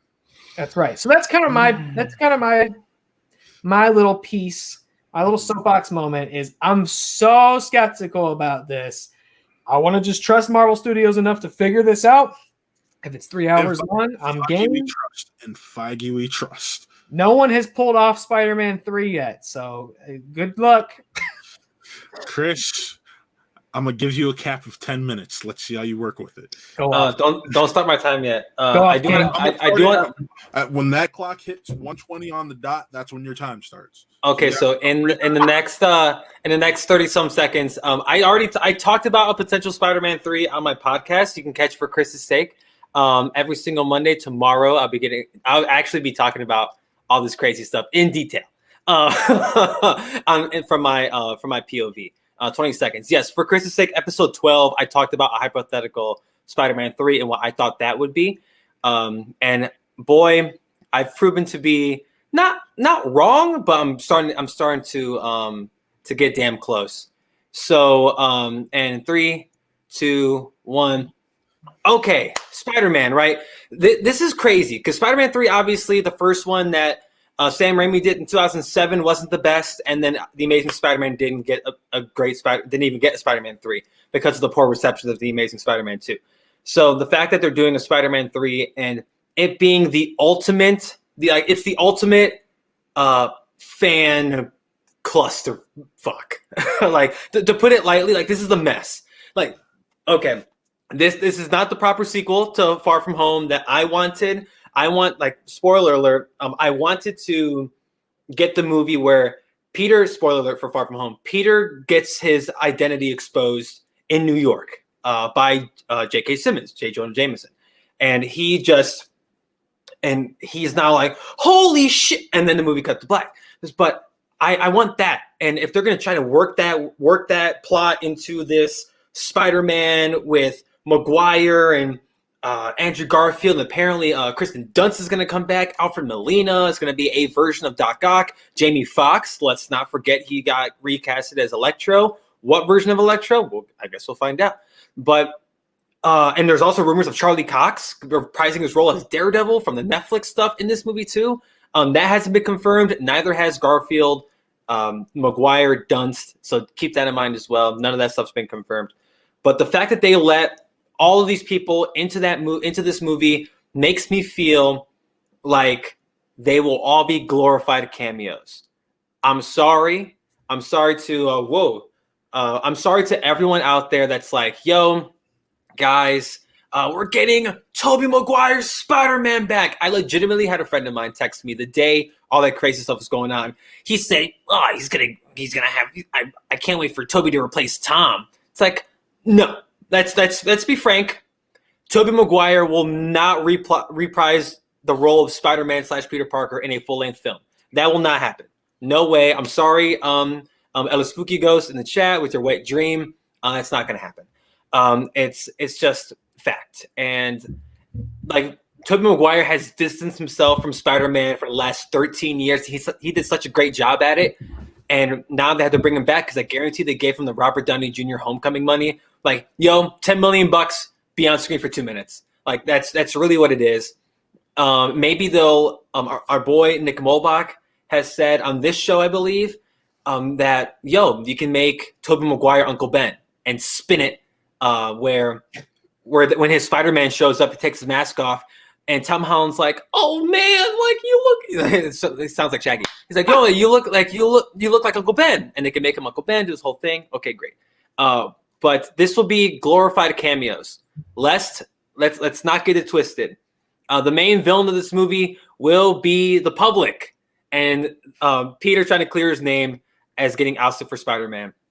And if that's the case, right, then I will go on for Chris's sake and eat all the crow on the face of the earth. But I don't want a Spider-Man 4 this late, 13 plus years later. I know the fan base is still there. People are like Taylor, where they hold Tobey Maguire near and dear to their heart, and so do I, to an extent. But I think Tom Holland's done such a great job with the character, and he's being overshadowed by all of this news. Like, Tom Holland has been the lead of this franchise. He's been the Spider-Man torchbearer, getting he's the last Spider-Man Stan Lee got to see before Stan Lee passed. And he was like, yo, when I created Peter Parker in 1962 for Amazing Fantasy number 15, this is what I thought this is what I had in mind. And that's nuts, right? Like, Tom Holland is the perfect with hot sauce, George. Like, that's what I'm talking about, right? This character is so perfect now. And regardless of what you think about Far From Home, they still nailed Peter Parker.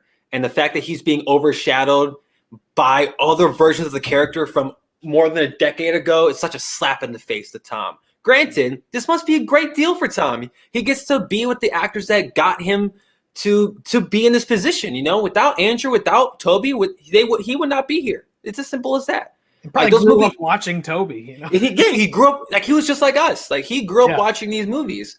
And the fact that they're letting him do this for Spider-Man 3 is so dope, and I love it. But let's not get it twisted. But at the end of the movie, the Spider-Man will be Tom Holland. It will be Tom Holland. And Garfield, Maguire, Cox, Dunst, Molina, Fox, all these people they're bringing into this movie, they will be cameos. They will not cameos, but some may have parts. But it will be more Molina and Fox, not the other characters. Do you think it won't be the trio of them going on the journey together? I hope not. And this is where I blame Into the Spider-Verse. I love that movie. I love it so much. It's one of my favorite movies ever. I've seen it too many times. And that movie works so well. Sony's like, oh, snap. What if we took this and this and we put them together? And that's what's happening right now. They saw like Spider-Verse worked and they're like, yo, we can do that in live action with Peter Parker. Great. And they can bring back the other characters, do some fan service. Bam. I don't know what the cool thing is. Is it probably for Uncle Ben? I hope so. Tell me in the chat, Connor, what you meant by that.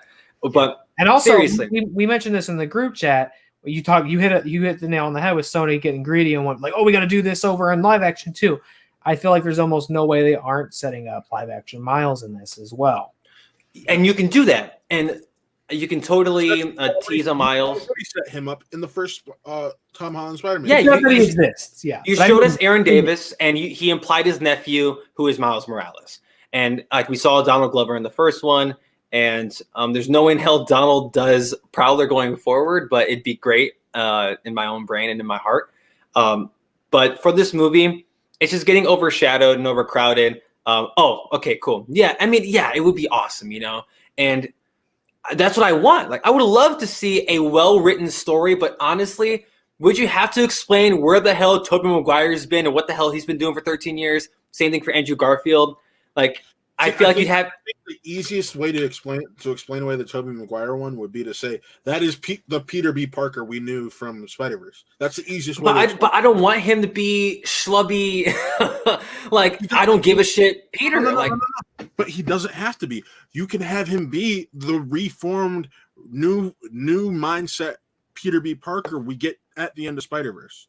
See, I don't need them to do that. I think it's just as fine if you just set it up that, hey, we may not have had movies with those characters anymore, but that doesn't mean their universes didn't still, like, you can drop in media res and like they've still been doing their whole, like there's they all have been in 10 other movies that never got made. You know what I mean? Like, they still went on their adventures. All those villains do show up in their worlds and all that. So like, you can have just a bunch of different iterations of Spider-Man. You know, I don't know. I mean, you could almost do this more like the actual Spider-Verse comic book story, which Into the Spider-Verse was not really. It just took the sort of the idea at the heart of it of multiple Spider-Man. It took the shell of the Spider-Verse comic. Yeah. This could be closer to the comic where there's, these like trans-dimensional beings that hunt down Spider-Man and kill them for sport. Like, you could do something like that, and maybe that's how Doctor Strange ties in that. Like, I don't know. I'll do you one better. So this is not something I created in my own head. As much as I would love to take credit, I saw this on the internet, so keep that in mind. But to tie in the Far From Home storyline, as I only have a couple minutes left, I think that so in Far From Home, Mysterio's like, Spider-Man, it's Peter Parker, and he puts the face on the screen. Oh shit! And then cut to Spider-Man 3. You open with the court scene, right? Dun dun dun, and then like it's Peter Parker like sitting there, and then his lawyer is Matt Murdock. Hence why you get. I'm gonna add 2 minutes to your time because we haven't even talked about the fact that Charlie Cox may be in the script as Matt Murdock. Why are you putting time limits on my man here? So you bring in Charlie Cox. That's your Matt Murdock. He's reviving his character from the dead Netflix series. He's defending Peter Parker, but he does not have enough proof, right, to clear Peter's name. Because people are like, yo, I remember Peter being gone and shit for when Spider-Man showed up, like New York. Maybe you can bring Michael Keaton no, he's in prison. Well, yeah, you can still bring him back. I'm not going to get too into it. They may as well bring him back. Exactly.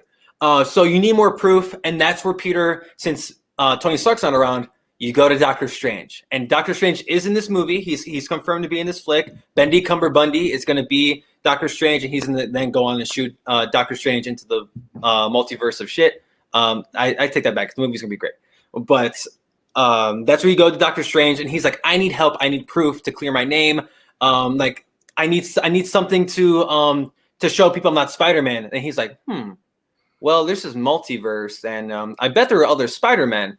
And then they go on this wacky adventure. And to your point, Taylor, about maybe they all get together and get they go on this adventure. What if Tom Holland goes to Garfield's universe and maybe do a little side mission with him fighting Electro, and then you go to Maguire's universe and you do a little side mission, and then maybe not with Melina because Melina's character passed away in Spider-Man 2, but you know what I mean. He could be a different Peter Parker, and Molina's still alive in that universe. You gotta remember, if you're doing the multiverse thing. Totally. And it may not even be the one. Yeah, you're right. It may not even be the one from the movie. But like you can do something like that too, and maybe get them all together at the end. They're sitting on top of a building, and that's when they tell Tom Holland like, "Yo, being Spider-Man ain't easy. Like you're gonna go through a lot of this shit. There are people they're gonna hunt you down like Kraven. You're gonna come across some bird people like Vulture, and you're gonna see a bunch of your villains, right? But at the end of the day, you still are the beacon of hope for New York. You're Spider-Man." And that's when they all have their little moments together, and he becomes the spectacular, amazing, bombastic Spider-Man. And bam, movie ends, cut to credits. Another thing we can get is he's going into moments we've already seen in these other universes. Yeah. Oh shit. If they do the Spider-Verse comic book story, one of these characters' scenes could literally be like Garfield's Spider-Man getting killed, because that's the I don't know if I can tell Chris clearly has read it. I don't know if Matt, if you've read the Spider-Verse comic. I can't remember the names of the villains offhand. Forgive me, but yeah, it's been a bit. That's the whole reason that those characters come together, is that they're beings crossing dimensions who are hunting Spider-Man for sport. And there's some other greater reason that they want to specifically kill Spider-Man, but that's what brings them all together in one continuity. That's how Miles and Peter eventually end up occupying the same continuity. I mean, you can have him show up, and the first thing you see of Andrew Garfield is his character gets killed. Like, I'll do you one better. It'd be the perfect bookend to his character, and honestly, so the fans won't clamor for it anymore. You kill Tobey Maguire's Spider-Man. Like it would make the most sense to do it, because Andrew Garfield already got the shaft. Like he got the shaft in the movies and from the fandom. So killing Tobey Maguire's version of the character, whatever version it may be, like if you see Tobey Maguire in the Spider-Man suit die, saving Tom Holland's Spider-Man and being like, "Yo, go be Spider-Man," like I got this, and he dies, tears. I would. It'd be the perfect passing of the torch from one generation of the Spider-Man fandom to another, movie wise. Like it'd be so dope. I'm tired. All right, we got all the Spider-Man out. Good. I could have kept going. I could have kept going too. I could do this all day. I didn't want to. I'm trying to avoid the clean clique. I know we're gonna get into breezy territory. Embrace it. Next time I do Spider-Man up for Chris's steak, Taylor, we can do it. It'll be 4-hour long episode. Let's go. All right, moving on into the rest of the Disney investor meeting before we get into our really cool conversation that we put together this afternoon. We're gonna do the Lucasfilm stuff. Oh shit! Good lord! and 2 of those or 3 of those things aren't even Star Wars. What's the timer on this? You said what? I've talked about most of this already. So this what time do we got for this, Matt? You got 3 minutes, Taylor. Go. However long you want to go with it, but I've said my piece on this. Willow, yay! A Dark Side series acolyte by the person who created Russian Doll, cool. Confirmation we're getting the last Indiana Jones movie, cool. And I'm excited for Children of the Blood and Bone. I do want to talk. The only thing I really want to talk about here, the only 2 things are Obi-Wan and Lando personally, and I'll bring those up in a minute. But Taylor, you see this, and what do you think? Good lord, you better put it back up, because I can't put it back up. I can't just tell you. I gotta look at it for a second. Oh man, well I'll tell you what. I mean, first of all, Mandalorian's like restored my faith in Star Wars. It makes me believe any of this can be worth looking at. But the Cassian Andor show outright, I didn't care about when they announced it. I'm sure they'll make me care about it, but I don't give 2 damns about that character. Rogue Squadron, man. I mean, Patty Jenkins. People, you can take it down now. Rogue Squadron's the one. Out of all this stuff you're showing to me, Rogue Squadron's the one. Willow's cool and all, but I wasn't clamoring for more Willow. And I wasn't clamoring for more Indiana Jones either, to be honest with you, but we're still going to get it. Watch yourself. James Mangold's directing. James Mangold's directing. That's fine, but Harrison Ford still. We're going to get the perfect end. We're hopefully going to get the perfect ending to that character. Just saying, because he couldn't go out on Crystal Skull. I'm sorry, I'd hate that. I guess so, but see, I'm honestly shocked. The thing that you aren't most excited for is Obi-Wan, especially with the Hayden news. And you look just like him. Yeah, you're right. I've even played Obi-Wan at some point in my life, so it's a very personal character. Maybe that's why I don't like it, because they didn't call me back. They called back Ewan McGregor, who's gone on like record. Lightyear, Obi-Wan, they're screwing you, man. They're screwing you. Yeah. Where's his check, Disney? Disney lives rent-free right up here. I didn't even know it. They're taking my shit, too, on the way out. No, I'm looking forward to Obi-Wan because, like, I do think Ewan McGregor is the most consistently quality thing about the prequels. I mean, that's really the most iconic thing I think coming out of him, besides like the memes. So it's crazy that he's coming back to do it. I am looking forward to it. I do think it might be cool that Hayden Christensen's coming back to play Vader, but I'm not really sure how we're going to pull that off. The biggest thing I'm excited for is Rogue Squadron, because I feel like people have been asking for this movie for like the last 20 years. Without a doubt. I mean, this is a long time coming, and you have Patty Jenkins directing it. I love that little thing they did where she's like roller skating around and saying, like, telling you why she's so excited to make it.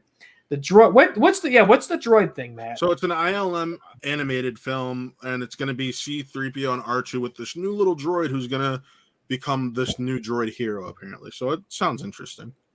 Okay, so it's basically like those VHSs they put out back in the day, right? Yeah, the old 80s droid. So you could argue that, I guess. So they haven't said what the Taika thing is still, right? No, that was kept under wraps, but they officially announced it. Okay, because that seriously, it's so disorienting. I wasn't sure if any of that was Taika. No, none of that was Taika. No. Okay, they did tease that his movie will be not comedic, but there'll be some goofy Taika Waititi-esque characters and situations. Yeah, it by nature kind of has to be. That's just his vibe. Rogue Squadron. I'm excited for. I mean, here's my biggest complaint, and this applies to all of it, but I'm not poo-pooing any of it. I'm like I said, Mandalorian has restored my faith in doing. I mean, this is a lot still. Yeah, it's a lot. This is a lot to release. My only thing that I'm kind of disappointed in, correct me if I'm wrong here, is that none of this stuff goes past Rise of Skywalker, right? None of it goes past. Oh wow! Correct. Oh my God! We can't say that about Acolyte for sure. We can't say that about Acolyte, but I actually can break this down for you. Isn't Acolyte High Republic stuff? They didn't say if it was High Republic. They just said it's. They did. Oh yeah, it was implied. Yeah, it was implied that it's High Republic. That's pre-prequel. Oh my God! Bad Batch is going to be right up after Episode 3. Rogue Squadrons, they didn't say where it is. Visions, they didn't say where it is. Taylor just cracked the code. I know, but the one, and this is one of the ones I want to talk about. The one that has the potential to go past Rise of Skywalker is Lando. And before we went live, and Lando had passed Rise of Skywalker. Don't tell me they're making Billy D's old ass go across the galaxy. No. So I told Taylor before Toby and Chris and I went live on Thursday. We talked about this a little bit, and I told them what I think this may be. I think this is a way to respect both Billy D and Donald Glover. I own the entire series of Young Indiana Jones. I love that show.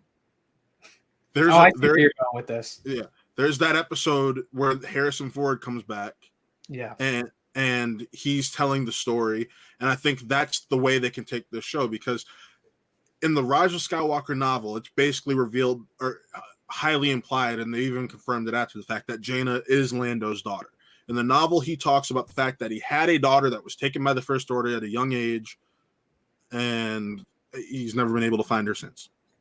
And you saw a tiny bit of the cutout storyline at the end of Rise of Skywalker when he's like, "So where are you from, kid?" She's like, "I don't know." Well, let's find out. I'll tell you where you came from. My balls.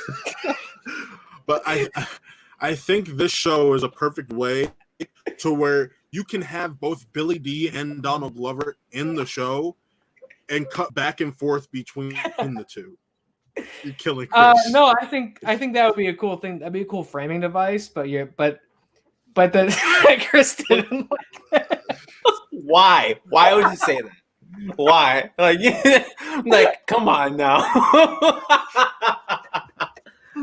But no, but it's just also super weird at the end of that movie. He's like, well, let's find out. It's like, I don't know if you're. I don't know how to read that. That's weird. Weird. Yeah. But it's what my view is. It's a perfect way of. You get to see Jaina's story continue. You get to see Lando's story continue, but you also get to learn a little bit about Lando's past at the same time. What? No, I agree, and that'd be a cool framing device, and I think that would be a nice way to go because then you could get both the iterations of the character and be nice. But you're saying past Rise of Skywalker is still like borderline. It's not going to really probably advance the plot beyond. It's going to be. Let me tell you about this thing I did a long time ago. You might get looks at the New Republic based on the adventures that he and Jaina go on together. But what I'm saying is like, and again, I'm not shitting on any of this. I'm excited for all of it until they give me a reason not to be, because Mando raised the bar, and I don't like that. All of this stuff is just filling in the blanks between greater stories we've already seen. Again, Mando has shown me that there's value in that you can still create surprises and amazing moments, even if you know that eventually, somehow, Mando has to lead into Force Awakens. You know that. Mm-hmm.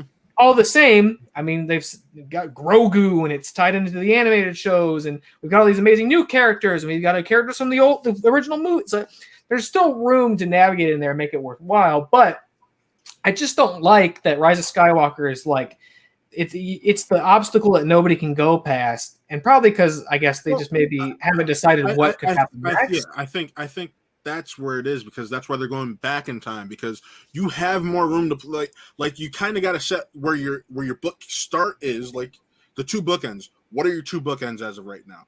I think we haven't. Old Republic is not canon right now.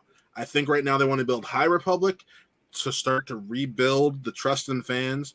Then you get to go to a little bit past Rise of Skywalker. Then you get to go a little bit closer to before Force Awakens, because Mando's still about 25 years before Force Awakens.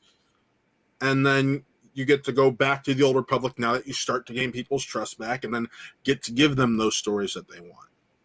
Yeah, and we don't know what Taika's thing is, and I feel like there's even other Star Wars projects that we don't have information on still, and so who knows? Perfect example is Ahsoka, because they teased that Ahsoka, Rangers of the New Republic, and Mandalorian will kind of have like an end games like event. Yeah, and a lot of people, me included, believe that Ahsoka, one of my favorite characters, wearing her season shirt right now, Ahsoka will be the sequel show fans have been waiting for from Rebels. Right, that makes the most sense. And from what you've told me about Rebels and the plot threads left dangling there, like that, like Mando even ties into it, and El Spooky Ghost, Nice Sleepaway Camp, Avatar. No, I when I say after Rise of Skywalker, I'm not saying like I want more of Rey, Poe, and Finn necessarily. I'm just saying like I want to see what happens in a world where we're saying, okay, that Empire shit is done. Like let's set up a new story that doesn't have to tie in to other movies.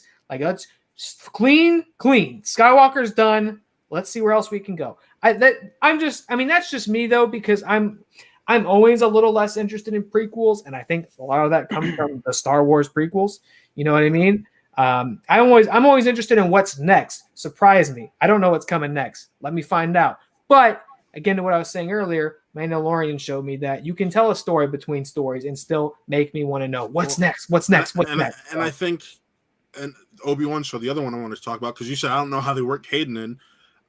Hayden, it's been well documented that Hayden was the person in the Darth Vader suit for Episode 3, Any scene that Darth Vader is on screen in the suit is Hayden.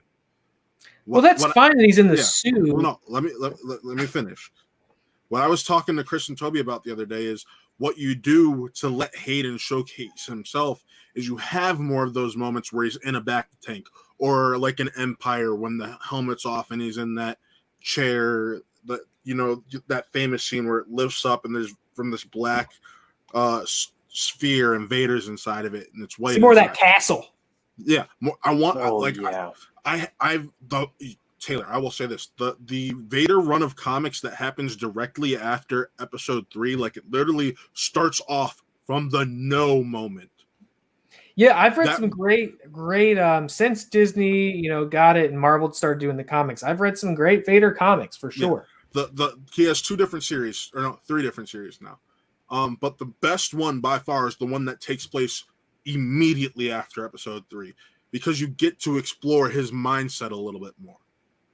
And I've wondered through all this, like, what are they just? It seems redundant, but like, would they even just make a Darth Vader movie? You know what I mean? Where like, it seems like okay, all of them are kind of Darth Vader movies in some way, but I almost wonder if they'll get to it. And like this great book about his relationship with Palpatine, really fantastic.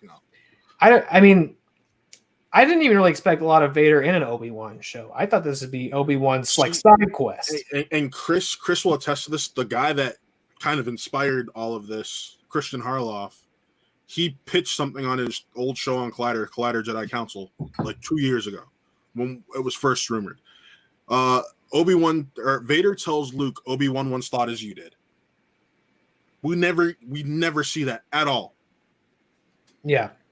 So it only makes sense that they had one more interaction in the time between Episode 3 and Episode 4. And they're booking it as the rematch of the century.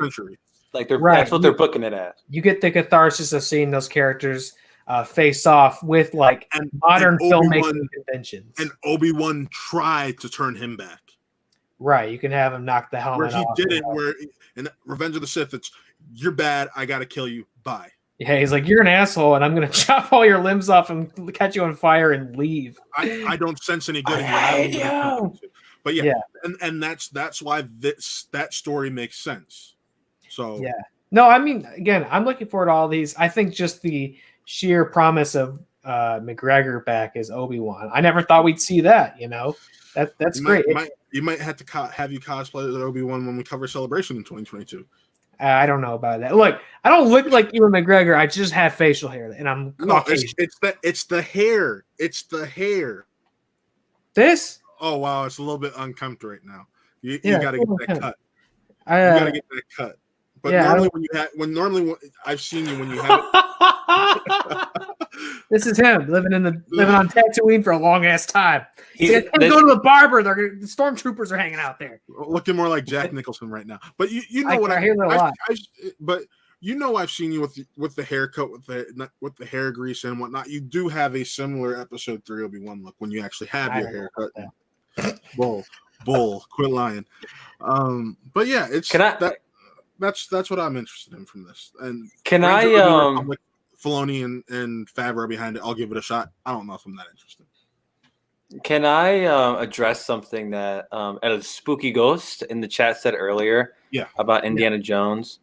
So he said in the chat, Indiana Jones needs to have been recast in like Bond since Crystal Skull. This is ridiculous. No. Okay.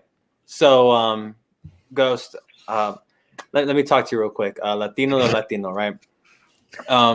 I'm trust me, man. I've put the spotlight on me, my ugly mug. This should be covered with the Stormtrooper helmet.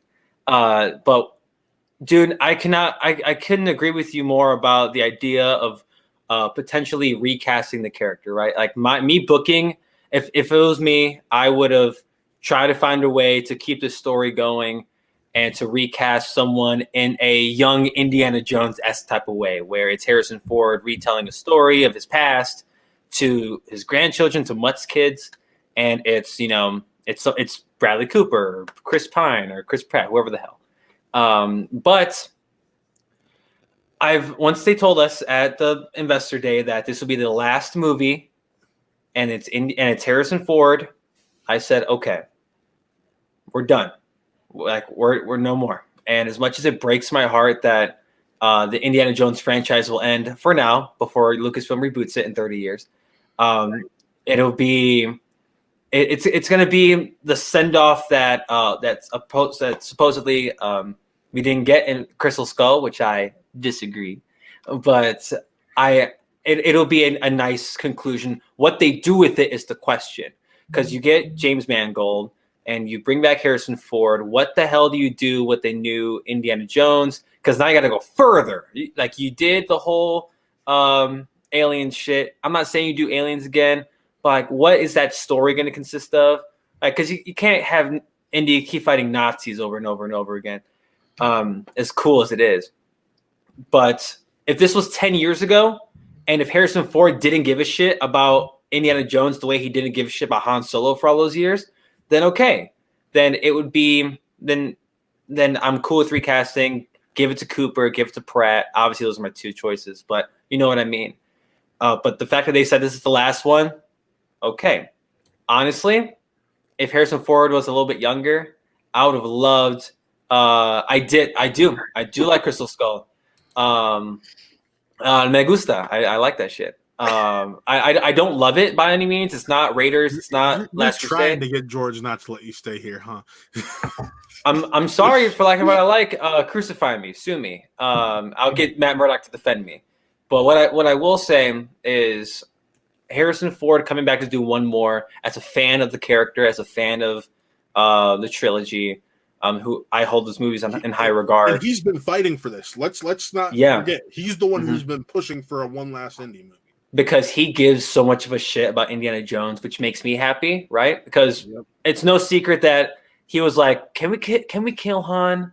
I don't want to do this anymore. Like it was no secret. But with Indy, it was different. Indy hit different for Harrison Ford. And it warms my heart that we're getting one more. And if they didn't tell us it was one more, I'd be like, all right, let's do the young Indiana Jones approach and do that all over again. Yeah. But that's not the case. We get one more, please, just so we can talk about the Lucasfilm portion and not be Star Wars. I love Indiana Jones. July 2022, we're getting this damn movie. Hell yeah. And I can't wait to see. I'll be first in line. And I think that's a perfect way to close out the Lucasfilm portion and go to the portion that really started to blow minds, and that is the Marvel portion. Oh, God. Hey, you got Ant-Man and Wasp Quantum Mania. Jonathan Majors confirmed. Captain Marvel 2 was confirmed to come back. Ms. Marvel, the TV show, we got a nice little sizzle reel from it. Black Panther 2, where they confirmed that T'Challa will not be recasted and that they will be passing on the mantle and exploring the other characters of Wakanda. Ironheart, that was probably the biggest shock announcement right there. Yeah, they just dropped that like it was no thing. Right. And I loved it. We got a little bit of an upgrade. Hawkeye, Secret Invasion, which is going to be Ben Mendelsohn and Samuel Jackson. Nick Fury's not getting a movie, folks, but he's getting a damn TV show. And Armor Wars, which is going to be a Rhodey-centric show, which I'm not upset about in the slightest. God, I already forgot about Armor Wars. There's so much. God. And then, of course, Marvel's first family themselves, the Fantastic Four. We got a lot to unpack here, and then we'll get into our little fun segment that we put together today. But Taylor, what you thinking? What's the biggest thing? You got to pop it back up, dude. Again, it's too much. I can't just be like, okay, let's see. What do we got here? and Blade, again, we already knew about Blade, but holy shit. I mean, of all these things. And granted, this is just the newer stuff, the stuff we got first looks at. I did not throw Falcon and Winter Soldier on there. I didn't throw Loki on there. I didn't throw WandaVision, which we got a second trailer for, which was fantastic, by the way. I'm focusing on the newer projects that were announced. We got some details where we got first looks on. Yeah, I mean, look, here's the blanket statement. I'm excited for all of that. Big shock. I don't even. Well, what am I most excited for? I don't even know what to say. Truthfully, I mean, obviously, I'm very enthusiastic about Fantastic Four. I was surprised they even mentioned it. It was inevitable, and no one was sitting here like, I wonder if they'll do it. Obviously, they were going to do it, but I was kind of surprised that they mentioned it. And then to that end, I'm also kind of surprised that we didn't get anything on like X-Men or Deadpool at the same time, that they went to Fantastic Four first. I am really excited about Blade, but we already knew about Blade. And I saw Spooky Ghost saying, is it possible Blade will be rated R since Deadpool 3 will, because that'd be ideal. I agree it would be ideal, but I don't think they will. So. I think Deadpool's still going to release under the 20th Century Films banner. You got to work Deadpool in, though. You got to work him in. I mean, that's the appeal. He'll acknowledge not being included if he's not. Right. I think that's the fun of it. I think that would be the fun of it. If you finally, after a long pause, get to the next Avengers film and Deadpool isn't in there, then that's a disappointment in my opinion. I'm not confident that Blade will be R-rated because it's going to be one of those Marvel Studios homegrown properties. Deadpool it's in the DNA. It needs to be rated R, and Disney gets that. You tried to do a PG-13 one with Once Upon a Deadpool, which kind of fell flat. Yeah, it doesn't. It betrayed the nature of it, and Disney gets that. They know, like, this is what we've inherited. You know, it's the same thing as they announced, like they were doing the Alien show, right? Like, I always knew they weren't going to forget that stuff. They knew what they had. I know that they ideally and foremost make stuff that's family friendly, but they're in the business of turning a profit, and they know that the best way to do that with Deadpool is to make it rated R. I don't know about Blade. I agree. It's the best that it would be R-rated. I just don't know. I mean, it would be the first time we see one of these homegrown Marvel Studio properties go there, and maybe it's for the best that it goes there. We'll see. It definitely is for the best that Blade would go there. I don't know. We'll see. Out of the new stuff that they announced outside of Fantastic Four, I mean, we already knew about Ant-Man because Jonathan Majors. Yeah, that was just, we got confirmation on it, and we got the title. That was the cool thing. We got the title, and no Quantum Mania. Like, what? Out of all this stuff, again, I mean, and we also kind of knew this was existing as well, but Secret Invasion, we knew Nick Fury was getting a show, right? Yeah. But I just thought that was going to be, Disney Plus presents Nick Fury, the show. Sure. That they dropped the mic and said, no, dude, it's Secret Invasion. Huge, because I thought we were setting that up as the next big story arc of the films. Yeah. I thought that was your next big crossover story. And it could be. Keep in mind, all of this stuff is going to tie into the films. Right. And it's going to be one hell of a ride to even see it, how that works and what the landscape of that is. Because our understanding and like perception of MCU changes forever with this stuff. Because we're just never going to be without MCU. Like, we're already getting 3 or 4 of these movies a year, and yet they're like, no, we figure out a way to give you even more every year. So we're never going to be wanting for it. We're just always going to be getting it. The Secret Invasion show I'm excited for. I'm interested in how they're going to pull it off. Obviously, so far that we've seen Skrulls in this universe, they pulled the swerve on us, with Captain Marvel. Skrulls are the villains. We know what this is. And they go, nope, Skrulls are the victims, or the good guys. Pull a little swerve on you. They'll swerve us again. They're going to swerve us again. I know. I mean, not all Skrulls can be good, right? Just as not all exactly. Some Skrull's going to come along and mess it all up. There's going to be a rogue group of Skrulls that are like, oh, yo, Earth's pretty dope.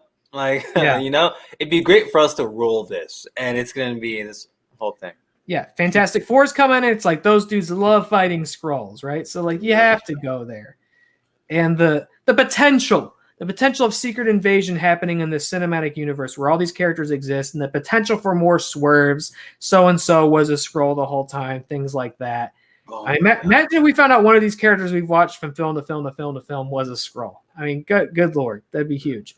So I'm most excited to see what they do with that, because all of these will affect the MCU at large. But I think as far as like comic to film, I'm very excited to see how they implement Secret Invasion. That was a really cool drop. And then Ironheart, again, I didn't even know they were thinking about making Ironheart. And that's because I didn't really get to talk Marvel when they were on the other day, so I was actually going to do most of that now.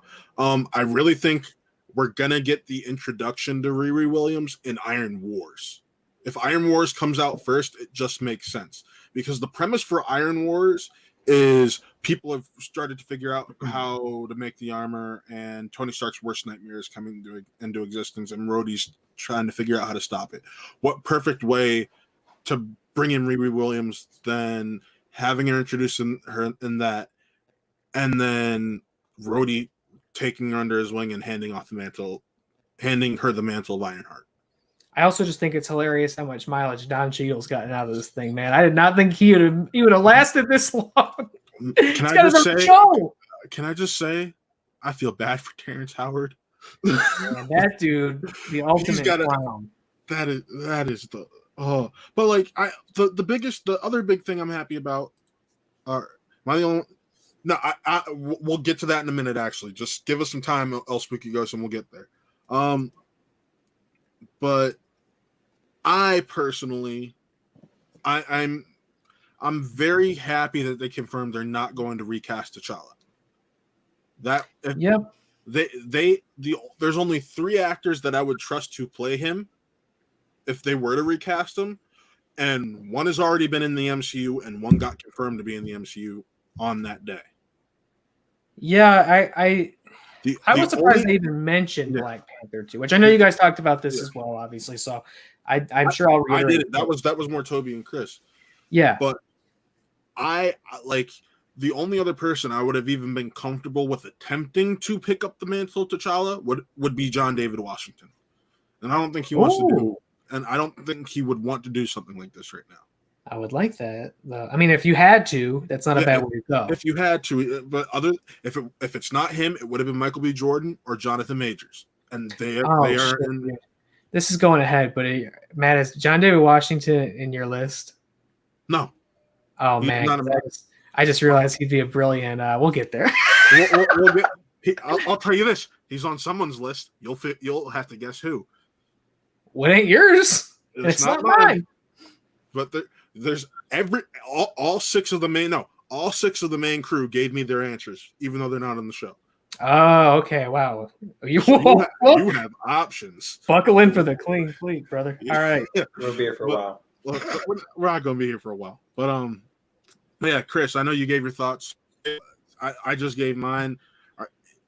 I think it's time we move on to this. Well, the big. Can I? Yeah, I know. On Thursday, I talked about a lot of this, and I will talk about it in more depth for Chris's sake tomorrow. But the one thing I will say is, holy shit, because this is now because after Endgame, it's like, what the hell do you do? What do you do now? What's the next logical step? And when we heard about Jonathan Majors doing Kang, rumored and reported by Deadline and stuff, it's like, oh, Kang the Conqueror? Oh, okay. And then you see Secret Invasion. And Taylor, you said this could be the next big thing. It probably will be.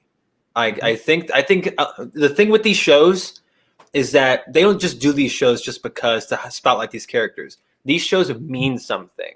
Like they will all mean. It would be. I think this sets up Secret Wars really well too. Like it's you can, and that's your Avengers 5, right? When we get there. But these shows will have weight. Armor Wars will have weight. You're going to introduce Riri properly. Ironheart to properly be the Iron Man-esque character that she was created to be, and she will assume that role in the MCU. Mm-hmm. And then Hawkeye. This will be Jeremy Renner's last run as the character before you hand it off to Haley Steinfeld, which is another great confirmation that we got from that night was Haley Steinfeld. Even though she's already on set, which sucks, set pictures come out, but we got the confirmation from Kevin Feige. Costume looks awesome. And she looks fantastic. She looks like Kate Bishop. Like all these shows have some type of weight and they will do something like how Falcon Winter Soldier will make Sam Captain America properly. You know what I mean? He's not going to be. We've seen he's not going to be at the entire show. But when the show ends, he will be Captain America, which is really dope. So all these shows will have weight, but I will even double down now on at 9:42 Central Time on December 13th, 2020. That Secret Invasion will be the bigger storyline, especially if we're getting into Kang in the future in Quantumania, or if you do the Super Skrull and the Fantastic Four. But yes, there are a lot of bigger picture things happening, and all these shows will carry some type of weight. But to me, the announcement of the whole goddamn night was Fantastic Four, and let's talk about it. Yes. The first family is finally confirmed. There's your Fantastic Four logo. I love it. I really do. I cannot wait to do a Fantastic Four cosplay. But yeah, we here at Who Are They Real Entertainment. We know everybody loves the John Krasinski and Emily Blunt and Zac Efron casting. Where's my torch? We wanted to do a casting of our own, but we made the rules that you could not cast any of those three people in it. Right. So, further ado, we're gonna go through our casting of each character, and we're gonna start it off with Victor, including Victor Von Doom. Yes, yeah. And granted, Chris and I broke down our story. Neither of us would have Doom as our villain in the first one. He'd be second or third film, but you'd see. Wow, y'all broke the story. You got into it, huh? Yeah, we really got into it. We were up to, like I said, we talk about Fantastic Four for like 2 hours. Yeah. Jesus Christ. So without further ado, here's the list for all 6 major guys at Who Are They Real Entertainment for Victor Von Doom. Oh, we're doing it like this, huh? Mm-hmm. You have Adam Driver, Lakeith Stanfield, Nikolai Coster-Waldau, Nicholas Hoult, Eddie Redmayne, and James McAvoy. This is a lot of different people here. You know 2 of these already, so I want you to try to figure out Taylor's. Oh, me? Yep. Taylor's. Oh God. I don't want to be controversial, but there's one on here I don't like. What's the one you don't like? Lakeith Stanfield. That was actually Connor. Okay, and if and I would love to hear his 2 cents on that. But I think that you, Taylor Cleek, you chose Nikolai Coster-Waldau. Damn, you nailed it. This is taking me back to this is a callback, our Guilty Pleasures episode. Yep, that's exactly what I went to. That's exactly when we barely knew each other and shit. Like, yeah, that episode's really cute. In hindsight, yeah. Yeah, so I'm supposed to like defend it now. Just talk about it. Talk about why. Why? You got to defend it. You got to defend it. This is hypothetical. Hypothetical. Because we cut out Blunt, Krasinski, and Efron, and because that feels like where they're probably going to go. So this is all pure creativity. I will actually disagree with that when we talk about this. But okay, so my choice. First of all, let me get the elephant out of the room. Obviously, in my world of worlds, I think Mads Mikkelsen rules this role. However, they already used them in Doctor Strange, so that's the other challenge of this. I had to think of people that aren't already in Marvel movies. It's tough. So he was out, although he would be my first draft pick on any other day. And I can't even say his name. Nikolai Coster-Waldau. I can't even say his name, but he's a great actor. Why did I pick him? So when I think of Doom, I know people are getting really excited for Kang, and Jonathan Majors is playing him, and he's amazing. And this might be the next bit. Here's your next Thanos, right? Could be. If I was going to say your next Thanos, I think it has to be Doctor Doom. Talk about one of the most iconic comic book villains, period, of all time. This dude's been killing it so long that Darth Vader ripped him off, and we think of Darth Vader as the biggest antagonist of all time. Doom's been out here laying it down for so long. This is where you go, and it is so different from Thanos. He's a human, and his motivation is different. I picked Nikolai. I don't know. He's great. I picked him. Obviously, if you don't know who that is by his name, he's more, of course, commonly known as Jaime Lannister in Game of Thrones.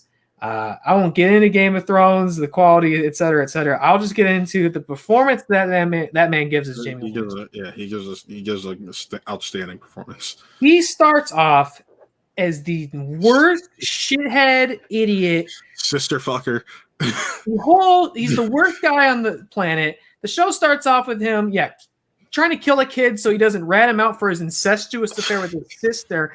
And he's just a smarmy piece of garbage. And somehow, some way, over the course of that show, you go on a journey with him where you're rooting for his redemption and you're rooting for the good in him. Now, why would that be relevant to Doom? It's because Doom, he's more than the Silver Age evil villain. He's nuanced. This is a guy who's been in all sorts of stories. Sometimes he isn't a villain. It depends on the circumstance. He leads his own book. He needs to be charismatic, and he needs to be a character you believe in. And maybe you root against him, but sometimes you're rooting for him because Doom is complicated. He's a leader of a nation. He's charismatic. And we need somebody who can. And sorry, I'm kind of skipping out on the comments here because I'm up to bat. You're fine. That is Connor just said. Connor just said like he can't give away. He can't say why he chose Lakeith without giving away his other picks. So, and I agree with him. He can't. I agree, and I'm rooting for Lakeith to be Joker in the Pattinson movies because he's been lobbying. Oh shit! But no, I want to see what that looks like. El Spooky Ghost isn't Human Torch plus. Yes, we're not talking about Human Torch right now though. So talking about Doom. Talking about Victor Von Doom. Talking about Doom. Right, I think what he accomplishes with Jaime Lannister, who's a villain that sometimes you love to hate and sometimes you hate to love. I think Doom needs to be that because Thanos is kind of that. Yeah. The performance is so good and there's so much conviction, even though he is objectively crazy and evil, you're like, damn, but he makes it sound so good when he talks about it. You know, we need Doom to be something. So I think he could pull it off. I think he would be he would put on a great performance. He could be a villain. He could be a hero, and sometimes Doom is both. And the way he flips on that coin is part of what makes that character so great. So that was where I came in with my Doom casting. All right. Well, Taylor, I want you to figure out mine. All right. I'm pretty sure Chris's was Adam Driver because he kind of discussed this on the show. No, that was Toby. Ah, okay. All right. So, well, you're not Adam Driver then. You're not Lakeith. You're not mine. So we've got Holt, Redmayne, and McAvoy. Were you the weirdo who picked Redmayne? No, that was Chris Anthony Lopez. Oh, well, let's hear it. Yeah. Okay. So when I was asked to do this, I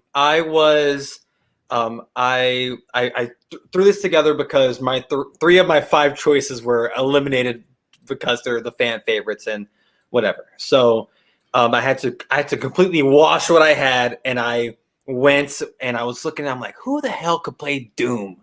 Like, because I'm thinking big picture, right? Because obviously Doom. Like I'm thinking like you. As much as I would love Kang to be the next big bad, it will probably be Doom. Yeah. And I think Kang will be like an Ultron level villain. We may not have movies, many.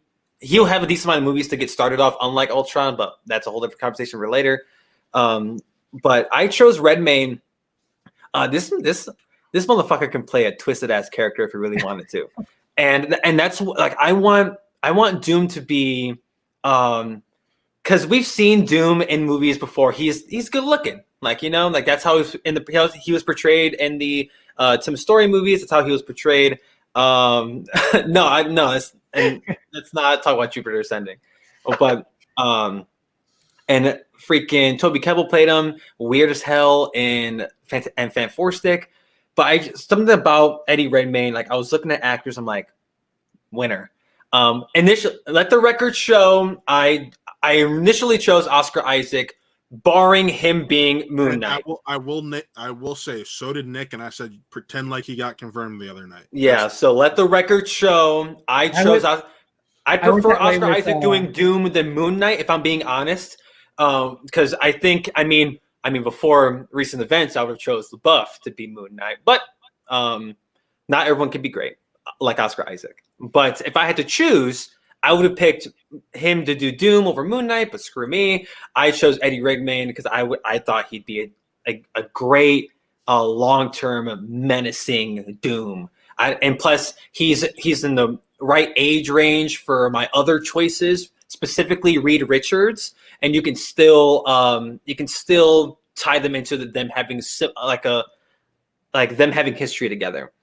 So that's why I chose Eddie Redmayne. I will state also that this was my oddball. I know it's my oddball pick, but my other ones, as we go, they will make more sense as I talk about them. All right. Well, Taylor, try to figure out mine. You're down to 2. All right, you're Holt. Yes, I am. All right, let's talk about Holt. Interesting choice, but I can kind of see it. So, and you'll see Chris knows my logic behind all of my picks. That was part of our 2-hour discussion this morning. But Chris was with me basically as I was making this list. And I can't give away too much until the end. I'm in a similar situation to Connor because if I say one thing, it gives away all of my picks. So I'm not going to. Wow, he doesn't want to spoil his fan cap. But I do know all of his picks, by the way. And I'll preface that. And I like them. I like them all. I'm a fan. If Matt's movie was made, I'd be first in line. Yeah. So of course, Nick Mulbach was James McAvoy, which not a bad pick, and as we said, Toby Barkwell was Adam Driver. I love that Driver choice. I love it. Strong choice too. Yeah, we love. I said it in the chat. We love to see Adam Driver in a helmet and a cape. That's why I didn't pick him again. So, moving on, we got Ben Grimm. Ben Grimm, and I can say, what the hell? there are two controversial picks. Chris knows one of them. But what the hell is this? I can also say that Chris did not pick Seth Rogen. Also, oh wow, someone's out here reading my notes. Okay, I want to guess Taylor's again. Taylor, who the hell did you choose out of this? There's no what. This is another list of different people for sure. Oh my god, what the hell? Taylor, oh my god. Taylor, were you Seth Rogen? Yes, he was. It was me, Lopez. It was me all along. Look, okay, so I picked Seth Rogen. When I did this, I was under the impression that it was just me and Matt tonight. So I'm sorry that I poached your choice. I didn't know. Oh no, you're fine. That's not who he picked. He picked someone completely different.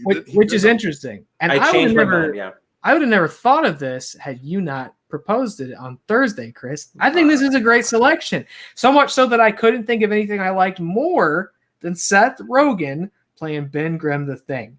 And one of the things well, first of all, the Thing can be anybody, right? Because no, he cannot. He has to be a white Jewish male with blue eyes. That is actually key to his character. Sorry, I mean in terms of like stature and presence. You need a voice. You need a voice. Because it's a mocap and a voice performance. So you don't need somebody who needs to be able to. No one has guessed your thing yet, Connor. Oh God, I can't believe I said it like that. Ben Grimm doesn't have to cut a Kumail Nanjiani type figure for this film, right? So Seth Rogen, he can take it easy. But Matt, you hit it on the head here. I think you want to find a Jewish actor to have the insight into this character, because that is such a pillar of Ben Grimm's character, is that as a Jewish man. And so I was trying to think of a Jewish actor who I think could do that while also giving a great voice performance. And Rogen's got a great voice. Now, obviously, he's more comedic than because you distinct. It's real distinct. Yeah, and I also love the idea of the Thing running down the street going. Connor, most other characters I would be completely with you on, but his religion actually plays a large part into his character throughout the comics. Yeah, Ben Grimm being Jewish is definitely a big part of his character and his personality and his beliefs. So I wanted to find an actor who could tap into that. And Chris, you just nailed it. I think Seth Rogen plays that everyman in his comedies, right? Yeah. But there's also kind of a lot of self-loathing and sort of torture to those characters where they're bums, right? They're living off of some sort of regret or some terrible mistake they've made. Yeah, Connor, yours does make sense. I wasn't taking yours away. I wasn't talking about yours at all when I put the two out there picks. So don't give away your pick, bud. I think one of the biggest things about this character is his Jewish faith and belief, but also he's not like the others in that he is self-loathing. He's tortured by what's happened to him. You know, he doesn't get to pass as normal. He doesn't get to present that way. Everywhere he goes, he's the Thing. And that's great because he can go toe-to-toe with the Hulk and come out on top sometimes. But also, you know, he doesn't get to be like Reed or Johnny or Sue and go out and have a life and also these amazing advantages. And I think we've seen Seth Rogen do dramatic turns. We've seen he's capable of more than just. Long Shots was a great one recently where he did comedic with dramatic. So good. He's capable of more than just being funny. And yeah, this is a mocap and a voice acting performance. You know, in this hypothetical film, you'd see Seth Rogen for the first 15, 20 minutes of it and then never again, really. So Chris can tell you in mine, you'd probably only see him within like the first 5 to 10. Yeah. So, I mean, I'll do you one better. You don't see Ben in mine. in my version of this movie, you don't see Ben Grimm. Chris is no origin story. So that's where I was going. There was the only other actor I could think of who I think could pull this off too, and I didn't see him in the list, so I'll mention it was Leif Schreiber. However, the only thing I don't like about Leif Schreiber is he looks like such a superhero. And he's nearly like 50 years old. Well, and that's fine because again, it's a mocap voice performance. You need the voice, But he's such. He already is. Are you doing origin story though? Are you including the origin story in yours?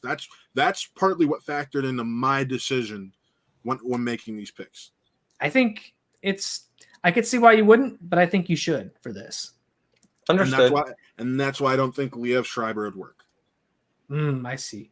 Yeah, so I went with Seth Rogen. I 100% stole that from Chris. It was such a good idea, I couldn't beat it. So, a bonus point to him. Yeah, thank you. All right, Taylor. Guess mine and Chris's. Oh man, look at this cast. Matt, I think yours. Oh, guys, this is tough. I think yours is. I think Chris's is John Cena. Yeah, that's Chris. I don't know what yours is. Is it Jacob Anderson? Fuck no. Trust me. As much as Jacob. So here, as much as I just talked about the fact that him being a white male with blue eyes and love you too, Dad. Love you, George. Love you, George. He's giving all of us the middle finger. Oh, they can't see you. I still love him. There, I saw it. Nobody on stream saw it, but I saw it. But no, as much as I just talked about Ben Grimm, him being a white male with blue eyes and Jewish heritage, my pick would not be Jacob Anderson. Anderson is from Game of Thrones. He was Grey Worm. So, the leader of the Unsullied is not my pick. That is a Toby Barkwell pick. And when I told Toby that Ben Grimm is a white Jewish man, right? And he's like, "Wait, what? Oh shit! Well, I'm not changing my pick. I'm not thinking because he gave me all of his list except for the Thing at first. He couldn't think of one for the Thing. So Jacob Anderson is not my pick. Okay. I almost went with Liam on yours. Is that who it is? That is Liam Hemsworth is actually my pick. Should have trusted my instinct. Damn it. I also can't believe after you just said how important it is that Ben Grimm's a white Jewish man that I thought you didn't pick that for some reason. Yeah, no. Liam Hemsworth is my pick. You're starting to see a pattern around age range right now. Yeah, sure. Yeah. And I guess I could start to give a little. So my picks are all going to be within a similar age range. Chris knows the logic as to why I picked each person. But yeah, so that's the hint I'll give you towards that. So you figured out mine, you figured out Chris's, you inadvertently figured out Toby's. You're down to Nick and Connor. Nick is Dwayne Johnson, Connor's Chalamet. Yes, that is correct. All right. Dwayne Johnson, I get in the terms of physicality, but he doesn't need to be physical for this. Again, it's a mocap thing.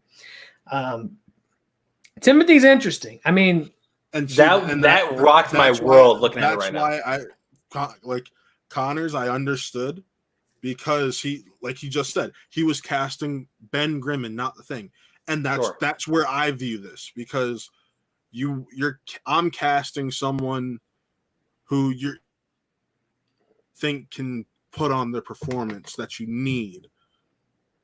Yeah. And I get his Chalamet pick because of that. It is a great pick.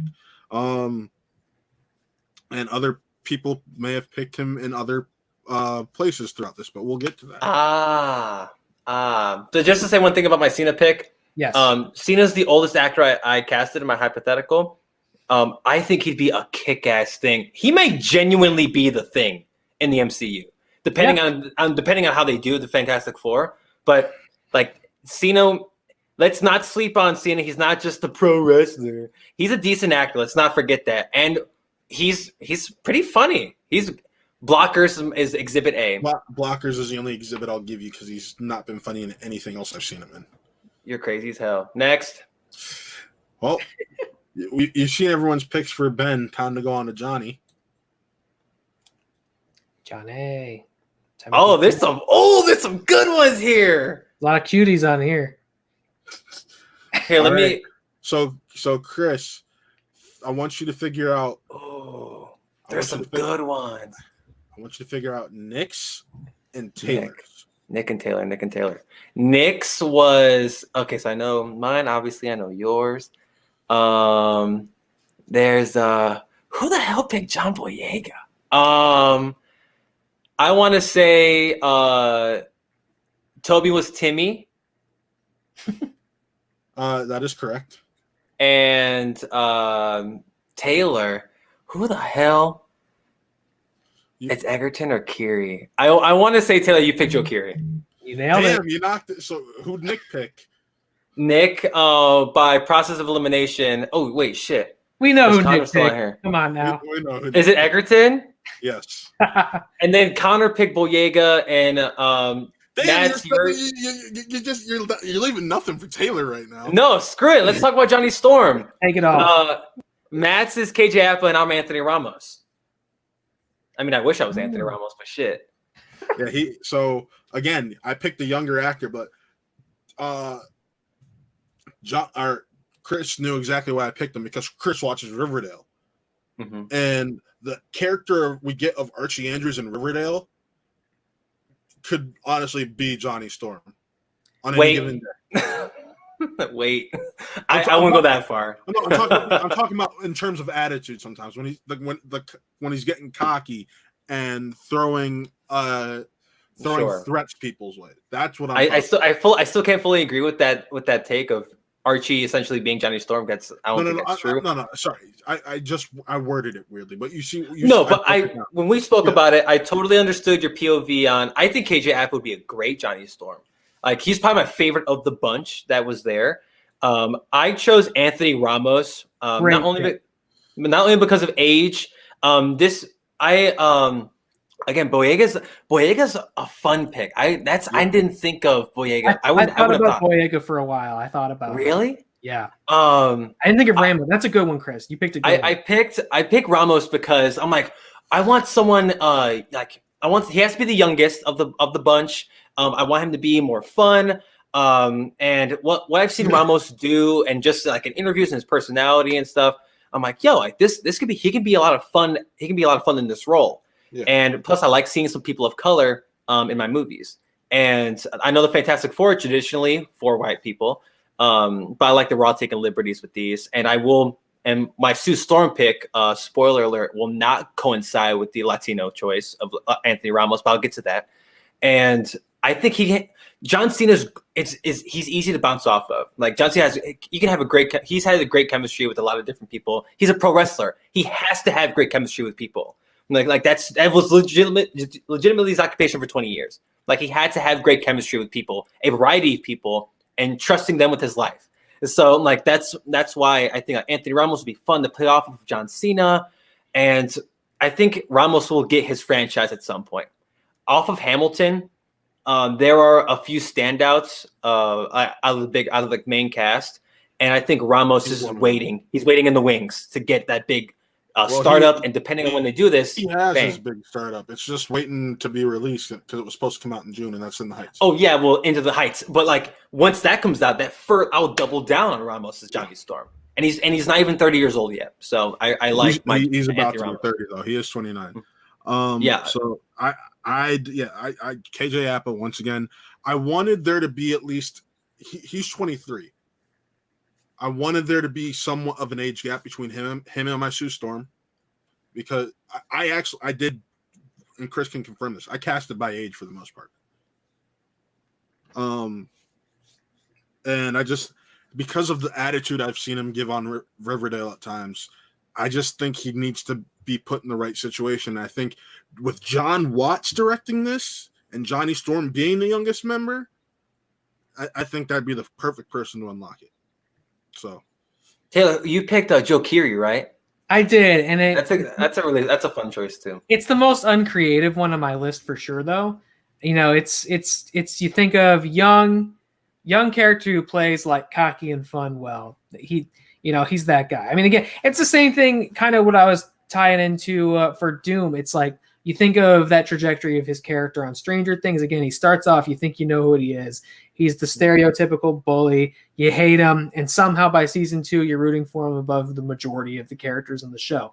I think that's Johnny Storm, right? He starts off as like an irredeemable douche, and you over time, through his transformation and the new responsibility, and his role as a hero, makes him take a different path in life. We know he can pull that off, and he would be great in.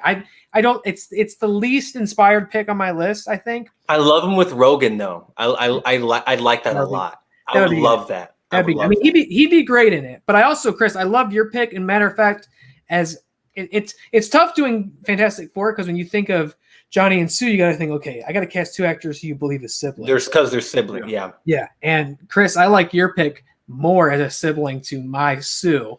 I like that. Yeah, well, you're gonna do all the Sues, so I can't even say don't. Yeah, Since I did all the Johnny. Yeah. But to touch on John Boyega for a second, because I know, like you said, you're thinking about him, Taylor, and that was Connor's.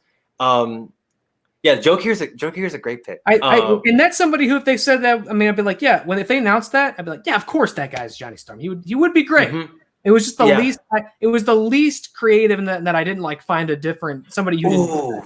Fudge Ripple. Justice Smith would be awesome too. Smith would be a good pick. I didn't think of that. Yes. Yeah. Damn, that's a good one. Damn.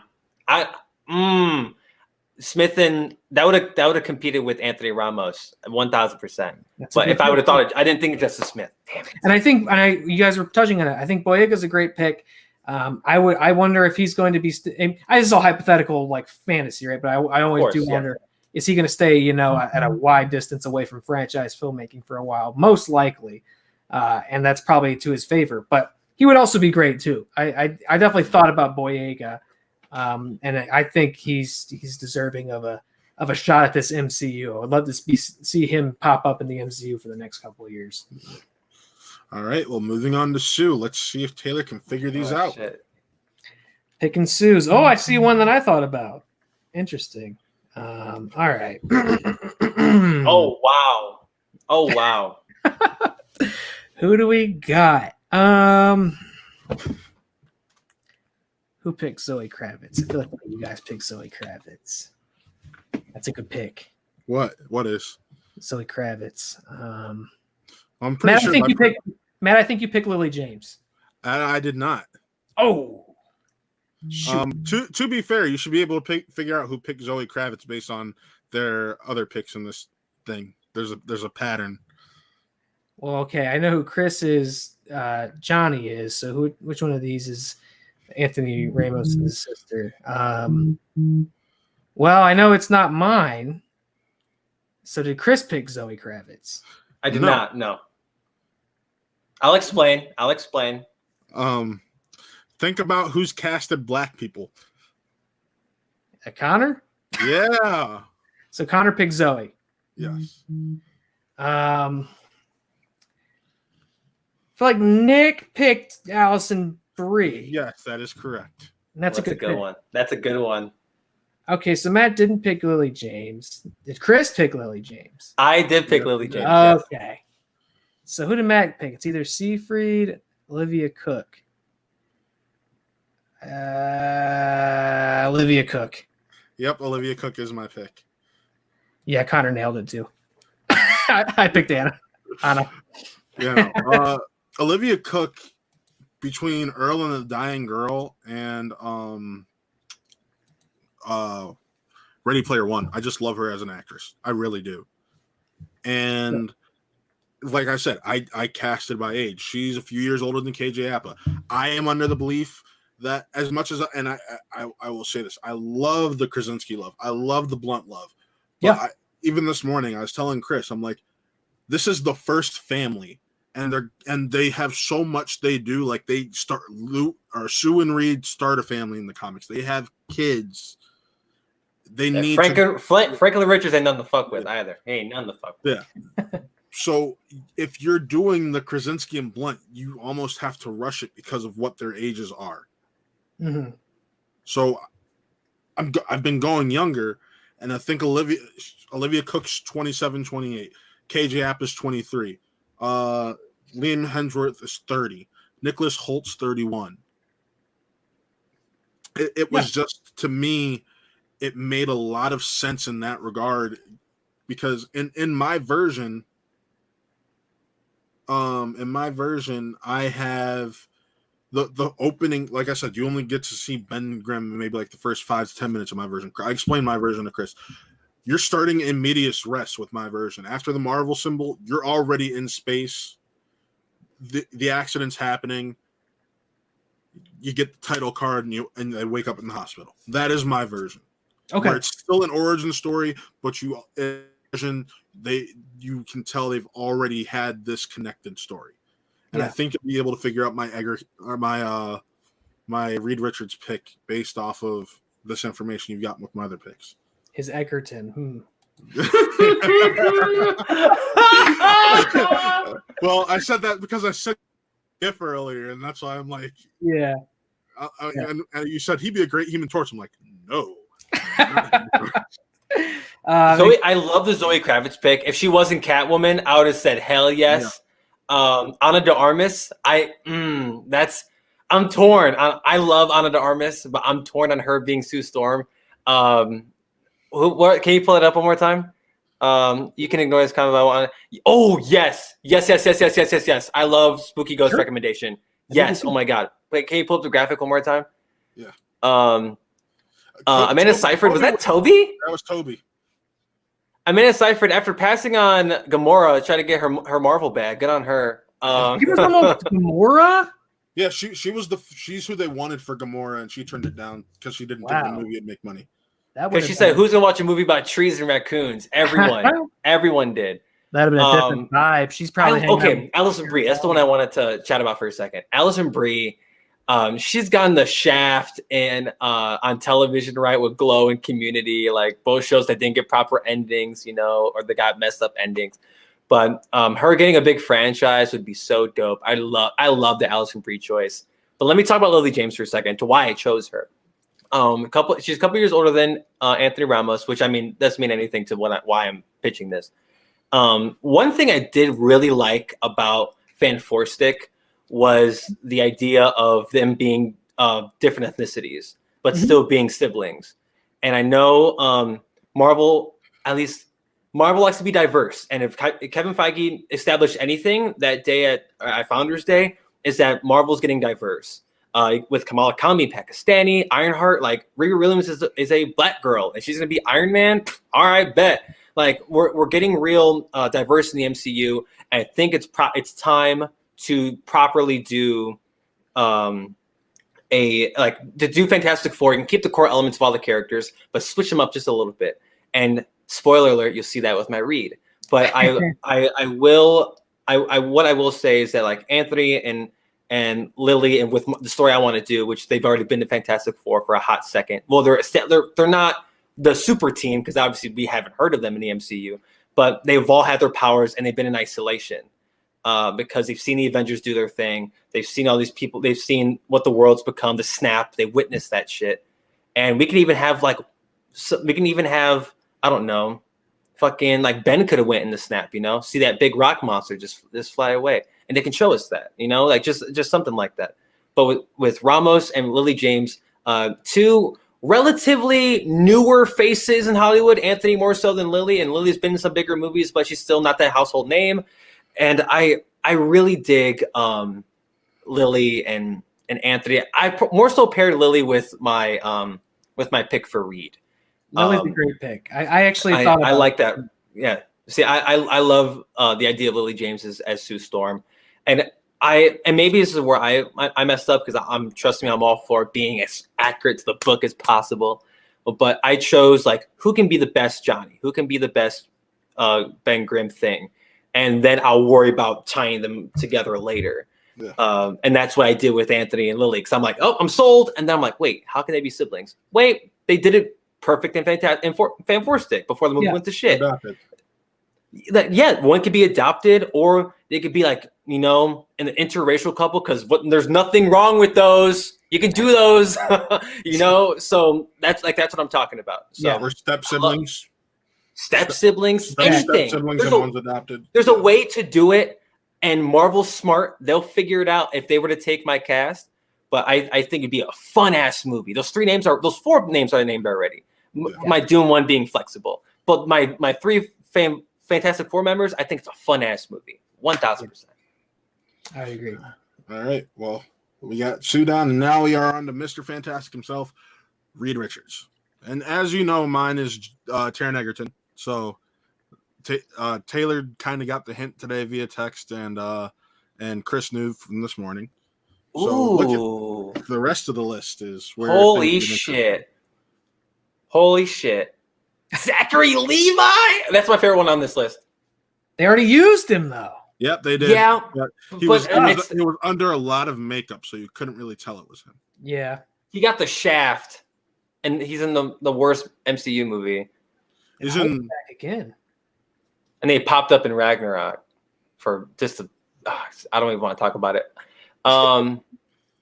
Yo, Nicholas Holt's name popping up again.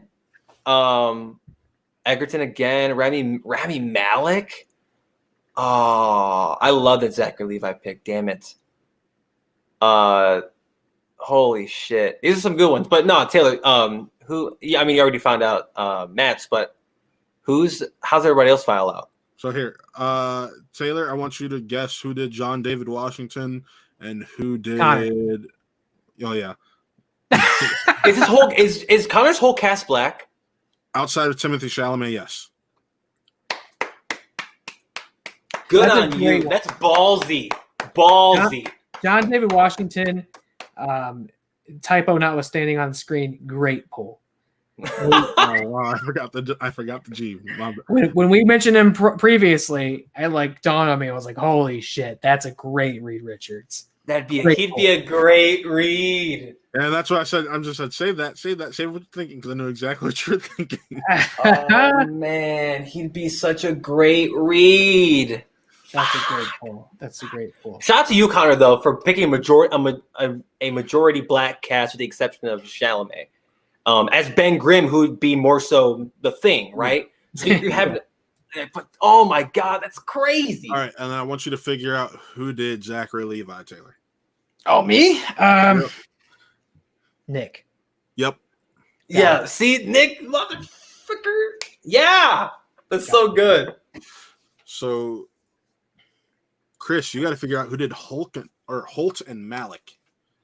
Okay, so Connor's was John David Washington. You're Taron Egerton.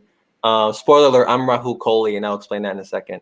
And I'm not sure that I know who that is. I'm gonna have to look that up. Have you watched iZombie? No. Yeah, he was a main cast member on iZombie, and he was prominently featured in the Funhouse YouTube videos. And for all my Funhouse fans out there, you know who Rahul is. Wait, Taylor, you know the guy they've been that has been trying to tweet out to cast him as Ezra, always on Lucasfilm shirts, the Indian guy, the Indian looking guy. I don't, but I'm googling him right now. Yeah. Oh shoot, you guys don't know this, but he's the chef in Bly Manor. He rules.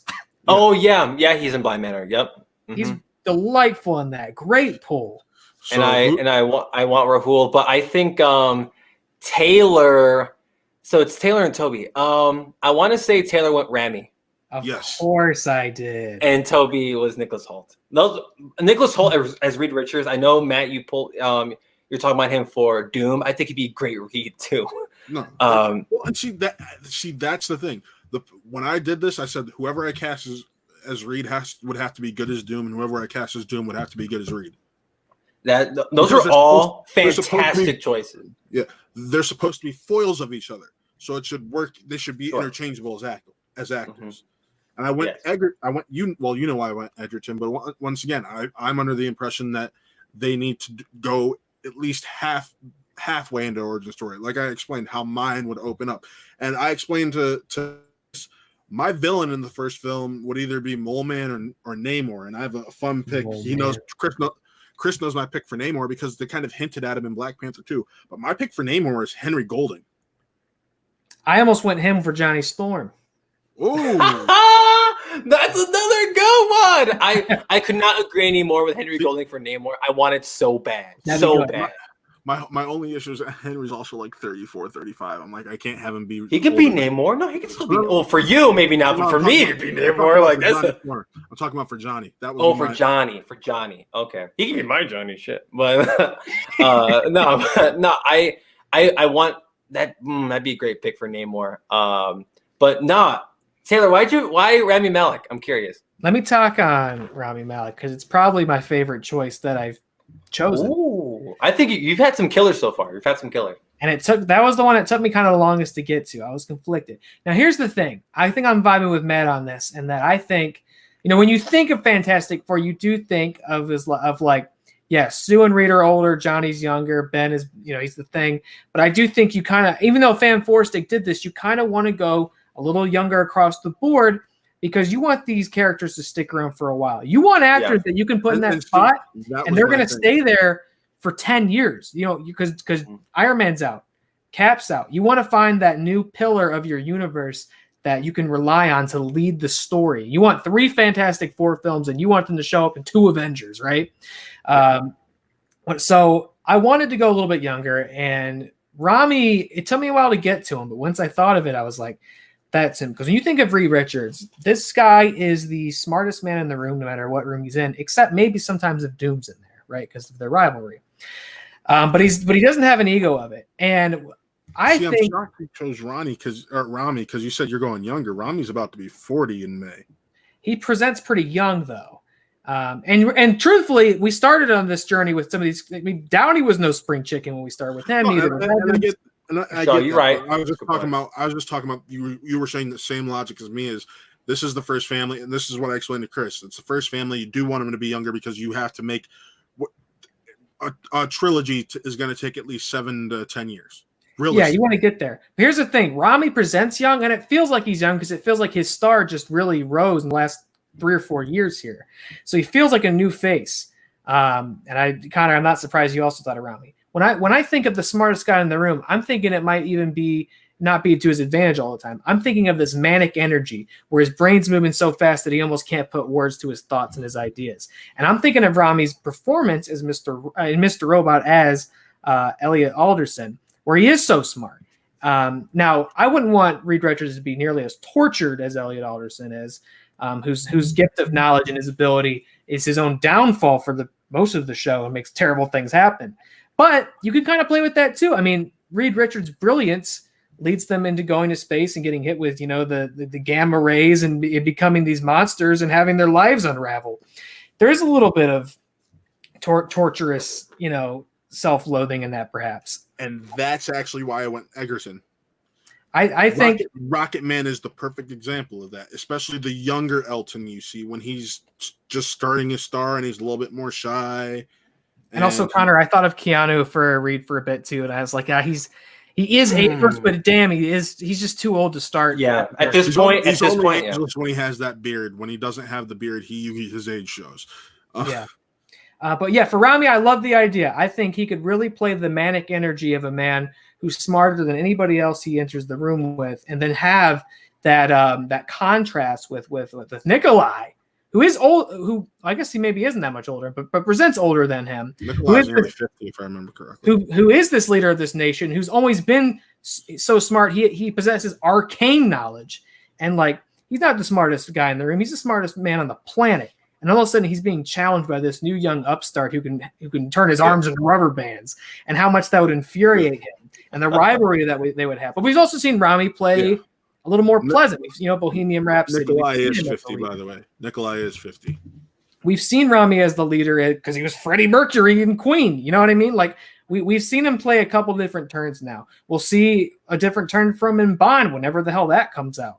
I think Rami would be a big get for the MCU. I think this character would be a big get for Rami. I think he would be killer in this. And even though he is maybe older than he presents, locking him in for 10 years and having him lead this team in this franchise, I think he's totally worthy of it. I think he'd be a great Reed Richards. I do, before I talk about Rahul for a second and my whole team as a unit, I do want to spotlight John David Washington one more time. It's good. And Connor in the chat did, to go back to the Zachary Levi choice. Yes, he was already Shazam. and or he is Shazam. Yeah. So I don't like. Yeah, I totally get it. Hypothetically, though, I would love Zach Levi as Reed Richards. But John David Washington would be so dope. That's a good it'd be such a different turn on the character, especially with how John David Washington presents himself. Like he's like he bring the swagger that Reed never had, and because Reed's not like that. Like Reed doesn't. He's more timid to himself. Like that's Reed Richards is not here flexing on dudes. He may be elastic, but he ain't flexing. You know what I mean? So like.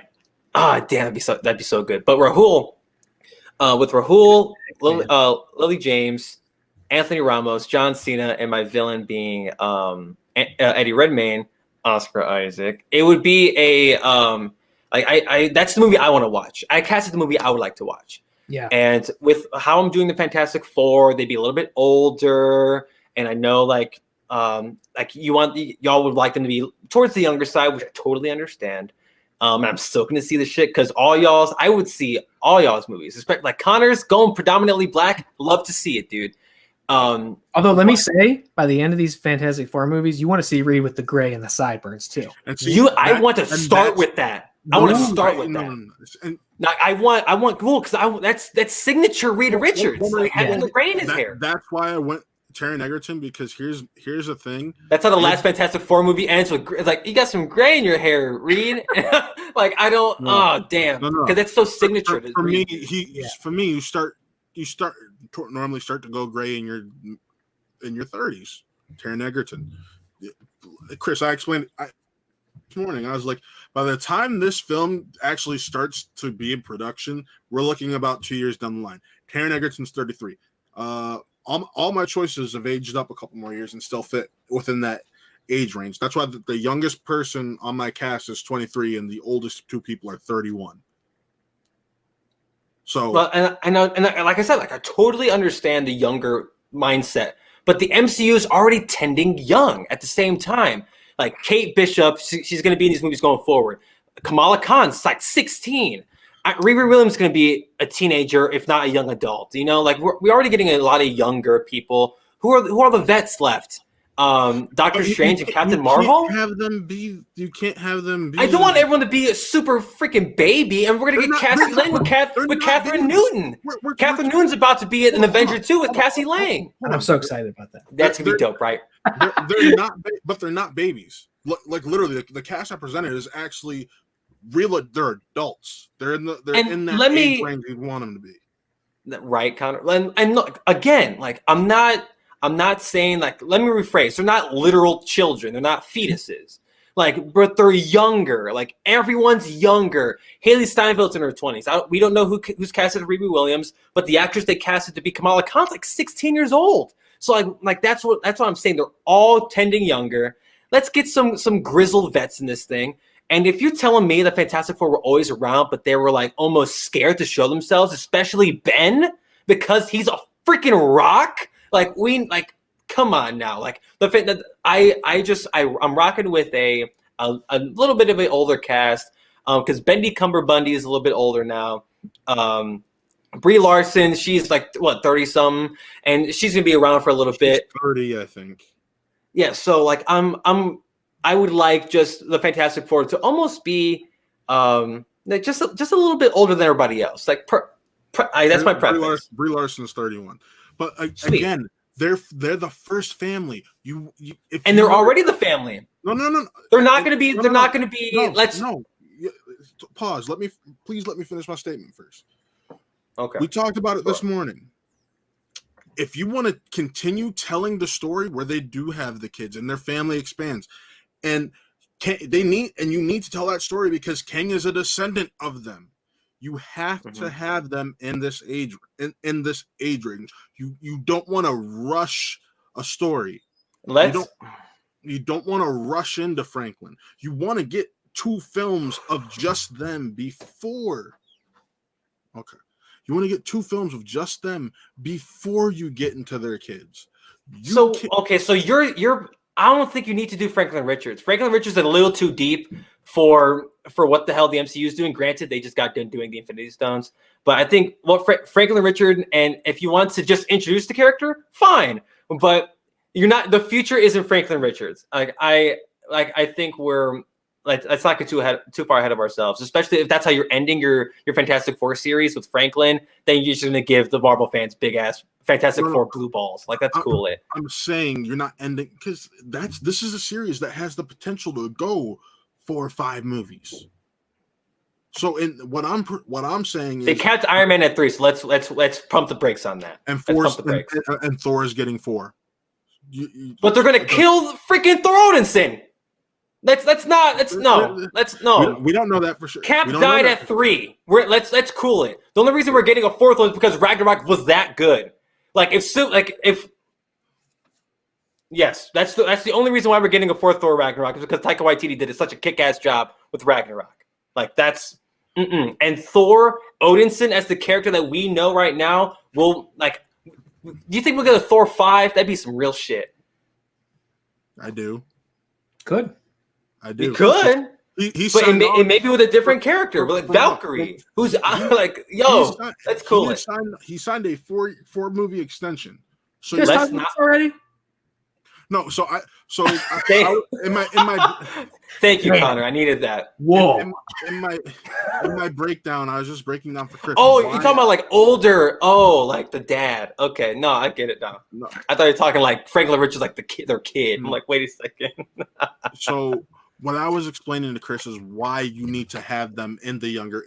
My opinion on why you need to have them in the younger. So why my picks are bad and why they need to go younger. That's what he's trying to tell me. No, Rahul is a great pick. Rahul's 35. 35 is the highest I'm going, though. I'm not. Sure. I'm just saying, I can't rock with picking people in like their late 30s. Or this is me. This is more so me speaking against Krasinski and Blunt than anything else. Because totally. I need to be able to have at least three solo movies with these characters on top of however many come together movies we have with them. Let me ask you guys about story, and this certainly isn't. Ladies and gentlemen, we are approaching Clean Clique. We already did that. We already did 2.5 hours. Told you, fools. The Clean Clique's 2.5 hours. The authority on the subject. He's just smoking. Yeah. You coined the phrase, so it's definitely 150 minutes. We hit the same thing. Oh man, we're past it. This isn't my idea per se. It's an idea that's been floated for a while, but I've always liked it because how do you explain it? Because it's weird with Fantastic Four. Yes, so the first family, and that's not just a cute phrase. They're the first Marvel heroes. It's really everything begins with them. This is so ass backwards to do it this way, right? Where all these other characters showed up first. So it's like, how do you pull it off? I think the idea, and again, this isn't my idea. I've seen it floated around for years, really, is the idea of they went off to space before the MCU even really exists properly. They go off to space and they're stuck out there. They're in the negative zone. Yes. Taylor. Oh my God. And maybe they're in stasis and then they come back down. Because they don't age in the negative zone. Exactly. Or alternatively, if you want them, and this is what I just thought of while I was sitting here. Alternatively, if you want them to be Krasinski and Blunt, maybe they've been out there going in space adventures for the last 20 years, and they come back, and they are your first family proper. However, they're inheriting this world that they're not really that special in. They have to adapt to this new MCU. Yeah, they're not that snap, all that shit. Relatively speaking, they're just kind of here's some more superheroes showed up. We're 20 movies deep. Okay, here's some more. Like nobody's impressed. You're gonna have to get creative with it and do a thing that's not like the comics. I think the idea of they went off to space before even Captain Marvel or whatever. And then some rocket floating around in the negative zone in stasis. And then through some cosmic forces, they crash land and get out. They have all these. So you kind of skip the origin because you can just cut. The opening scene can be them crash landing back to Earth or something. I don't know. You have to getting out of the negative zone, finding the way out of the negative zone. Connor's in the same thing as me. You got to have origin. That's my I'm of that thinking, and so is Connor. It seems like I can't. I have them becoming. I have them more so becoming the Fantastic Four midway through the second act than I do the third act. But I need the origin. It's not like Spider-Man, where Spider-Man, Sony's still involved, and and Marvel's like, look, just because we're coming in and we're trying to fit them in, we're not doing the origin. This is a group of people. This is a group of characters that I know Chris feels differently, because we talked about it this morning. But a lot of people feel like they haven't been done justice at all, even in the sense of their origin story. And I think Marvel wants to take care of that properly. And I think that is something important to them. But at the same time, you need to reintroduce them to this already established world that's been going on for 12 years, 17 within universe. So you can still do origin. Let me finish. Let me finish now. So what I'm trying to say is you can still do both of those. You can do the origin story and have them crash land or have them come out of the negative zone, right? Like, holy shit, because they predate the MCU. So before shit got wild and freaking aliens came down from space, like the Fantastic Four wasn't the thing, or we would have heard of them by now.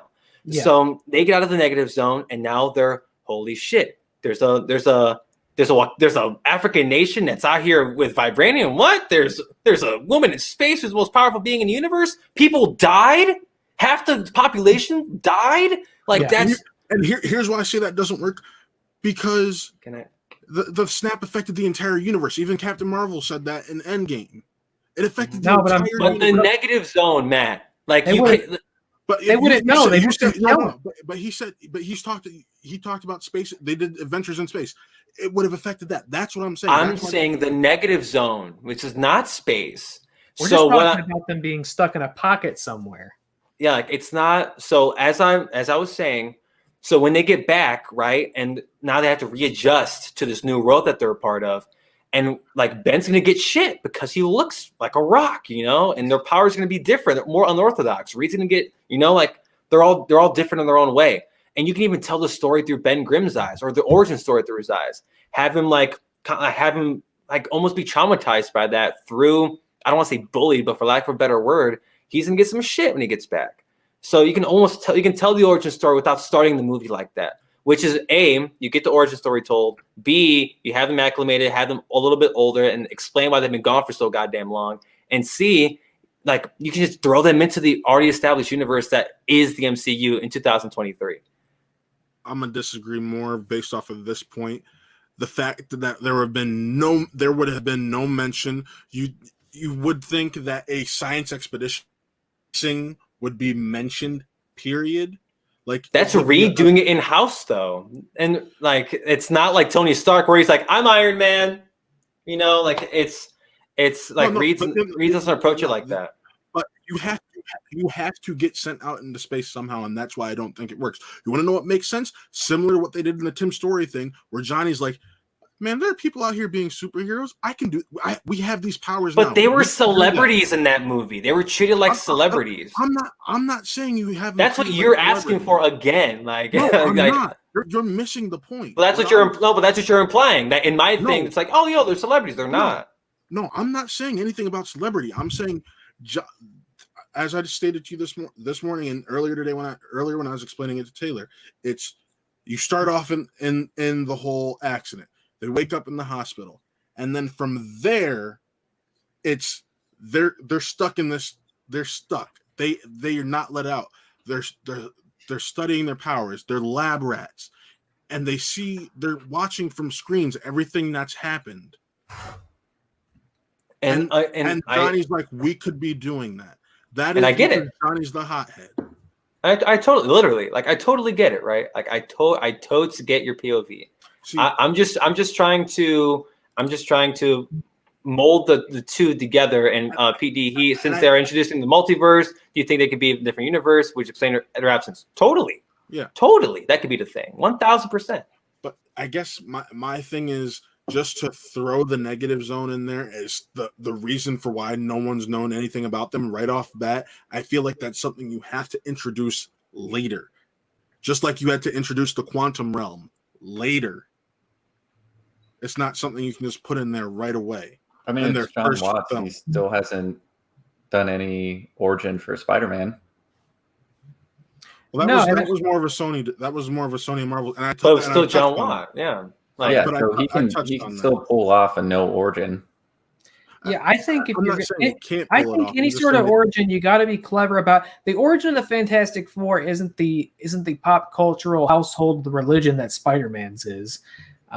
People don't still know those characters like they know Spider-Man, but that's because Marvel didn't have the rights and nerfed everything. But I'm even just talking within. I'm not even talking to movies. I'm talking within comics. Like even prior to Sam Raimi getting it. No, that's what I'm talking everybody about. knew right after Spider, Uncle Ben's dead. Everybody knew that stuff. You remember they stopped making Fantastic Four comics about 4 or 5 years ago and didn't start again until they got the rights. Plus, they didn't sell. Like that's a whole like the comic book industry is a whole different conversation. But they didn't sell because Marvel wasn't supporting them.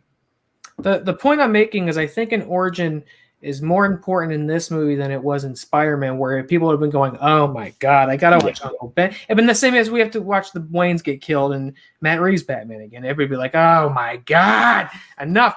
I don't think that's the same for Fantastic Four. I think you have to do some sort of origin, but I definitely don't want to wait till third act for it to feel like Fantastic Four either. I want to see these characters act without being stretchy and bulbous. That's why I said it's for me. I have it halfway through the second act is when they actually start to actually think Avengers where. Well, I'm looking at this like a 2.5 hour film, so I mean the third act is probably like a good hour. So am I. I'm where I'm looking at this as first hour or first, let's say first 45 minutes. First 45 minutes is them and the accident, them reacclimating. Second act, that next 45 minutes is them getting the idea, them starting to put the idea in the action and becoming this team, having a few failures along the way, and then third act is when you get the whole big trope superhero third act ending. And with that being said, the whole trope superhero third act ending, this entire time I've been talking out of my ass because this is the movie I would like to see. Let me preface that now.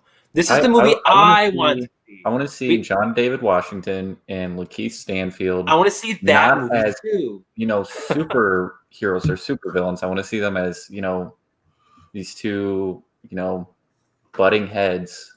No, and see, that's exactly why Chris and I said we wouldn't even have Victor Von Doom become Doom until like the second or third film. No, that's what I mean. Because we want to see those two characters going at it because they're foils of each other. They butt heads constantly. And then maybe you see Doom's powers activate that's your end, or him starting to have that sense of powers, feeling jealous throughout the film because these four got powers, he didn't. And then it's the post-credit scene is them finally hitting him.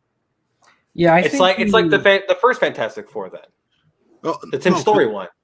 That's essentially what happened. He got shitty that he got the bad end of the powers out of the thing. I'm saying in this, he hasn't gotten power. I'm thinking more so Mordo from Doctor Strange, where he doesn't, where Mordo is starting to see the wrong in it.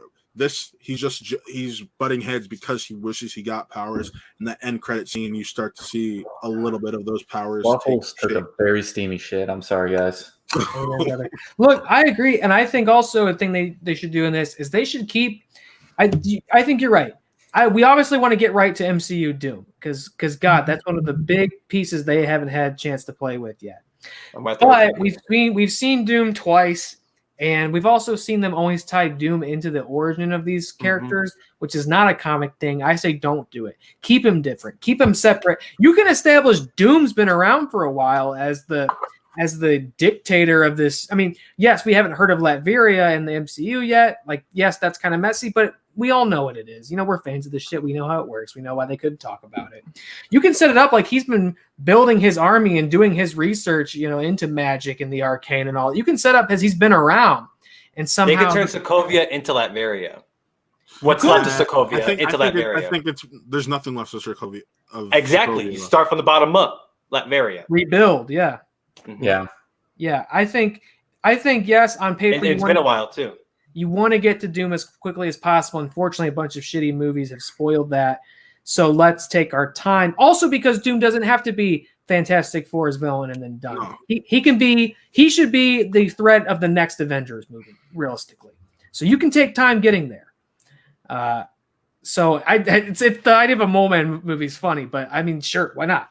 And also, Fantastic Four. Let's not forget is also the gateway to getting Galactus and Silver Surfer and more. It's inevitable. It's inevitable. Yes. So yeah, I mean, and I would rather Doom be the next big villain than Galactus because Galactus is kind of another bite at the same apple. Like, oh, here comes another asshole who wants to destroy the universe. Like Doom doesn't want to destroy it; he wants to control. Like he wants to rule it. That's which is still not the most original movie villain plot either, but at least is distinct from Thanos, who wanted to knock it all down and build it back up. Doom's just like, no, why have you been keeping this away from me all this time? Like, it will be to your benefit that I'm in charge. And this stretchy ass phrasing, the stretchy asshole is getting in my way left and right. Anyway, that's my TED Talk. Thanks for coming. Welcome to the Clean Clique. This is what happens when you put Clique in the theater. You get the extended cut. No, and in closing, at least I'll stop talking about Fantastic Four. I totally understand the POV for the younger movie, and that's probably what they're gonna do. Like you want to keep these characters around for a while, especially if you want 3 movies, Fantastic Four, and then you want some team ups at some point. What's the probability of them showing up in Multiverse of Madness? I'd say low. Because if we get castings by then, not even like show up like in a mention, like you see the tower. I think the Baxter Building. Likely to see the tower in Spidey 3. So I would love seeing Spider-Man swing by the Baxter Building. Yeah, that's what I think. That's what I think would happen because we know Tony moved out of Avengers Tower and somebody else bought it. The thought was always Fantastic Four. So to me, it just makes sense. Spidey. Well, I'm talking about if they're from another universe. I don't think they're coming from another universe. I think the Multiverse of Madness is just a way to introduce, because I think it's ultimately going to tie into WandaVision. Wanda's going to fuck shit up royally somehow. No, like that's exactly what's going to happen. Like I think they've told us that, without telling us that she's going to do all this crazy stuff. I think the short of it is we have demonstrated it's going to be tricky to weave Fantastic Four in no matter how you do it. Yeah. The exciting thing is they've apparently figured out how they're going to do it, and I trust that they've done it well. 1,000%. And if they go younger, great. If they go older, great. We're getting the damn Fantastic Four. At the end of the day, that's the spotlight. That's what makes me go to sleep at night. Chris, like what I told you this morning, when they hired John Watts, that was the signal to me. Like, okay, they're going to go slightly coming of age with the story. That's another reason why. Do you think Marvel would be so ballsy to put a reference in Multiverse of Madness and then have them show up like before casting's even announced, have a cameo in Spider-Man 3, and that's how we find out the Fantastic Four? Because it's holy shit. I would say that if it weren't for because it's John Watts. So you could show us. What if they show us Ben Grimm as the Thing, but don't give him a voice yet? Like you just like have him look, and it's like holy shit, and then it just moves on to the next thing. I think that'd be such a ballsy move since it is John Watts. Right. Like I said, I would think that'd be a good idea, but at the same time, they're filming right now, and I think this is just an early pre-production because John Watts is filming. So you can have a little baby cameo. Just show us the Baxter Building. Yeah. That's it. And yes, just do it right. They started casting or not. For all we know, they could keep it quiet. I mean, they could be done casting. Who knows? Yeah, they could, but technically, that's probably why they're announcing the idea that John Watts is directing it, and they're bringing in all these characters from multiple universes into his Spider-Man 3. It can't be a coincidence. Yeah, I think with Spider-Man 3, Sony's going to have that's their this will be their end game.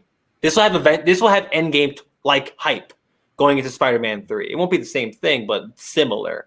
And that'd be one hell of a tease. Not only if you showed us the whole damn team, I'd be like, what the hell? But if you just show us the Baxter Building or have Peter acknowledge the Baxter Building, like that's new. What's this? And it's the damn Baxter Building that was Avengers Tower or whoever the hell. But it'd be really damn cool. And I think if you're gonna announce John Watts so soon, like all they had to do is tell us that this movie was coming, but they gave us a director too, which makes me think like, just give me some, John, give me some. But to what Pete said in the chat, just do it right, just do it correctly, and I trust Marvel. Like I'm stupid, like I did this in my own little fanboy brain, but at the same time, I've incorrectly predicted a lot of things in the MCU over the last 10 years. So, and they've proven to be, the best possible choice. So they got it. They got the shit unlocked. All right. Well, I think that's the stream at a crisp 3 hours and 15 minutes. So yeah, I don't know what you call this. This is past my branding. I don't know. That'd be clean. No, this We're is far past crisp, Breedlove. Yeah. Clean Cleek caps out at 3:30, buddy, because you've done it before. So then let's keep we going. can do the fantastic almost 4 hours. No, Hey. no. But that's the stream. Thank you for everyone who tuned in. Pete B, Heat, El Spooky Ghost, Jessica, George, Nick, because he couldn't be here tonight. Just everyone, Jennifer, thank you. It means a lot. And yeah, so signing off. I'm Matt. Hey, but wait. Don't go anywhere if you're watching on Twitch, because this man to my left is about to be Connie Cyberpunk, right? Oh, yeah. Connie Cyberpunk. Gonna walk around with his wang hanging out. Stick around for the promise of that on Twitch. Connor's doing Cyberpunk 27. He's wearing no pants as we speak. Thank you, Pete. Thank Yeah, you. thank you, Thanks, Pete. Pete. Hell All right. yeah. Now we can wrap. There we go. Oh, and remember next Saturday, December 19th, Star Wars holiday special watch along with myself, Chris and Toby. Really Scared this Thursday. Spin from the Real, which we will talk about all things Schmodown from yesterday.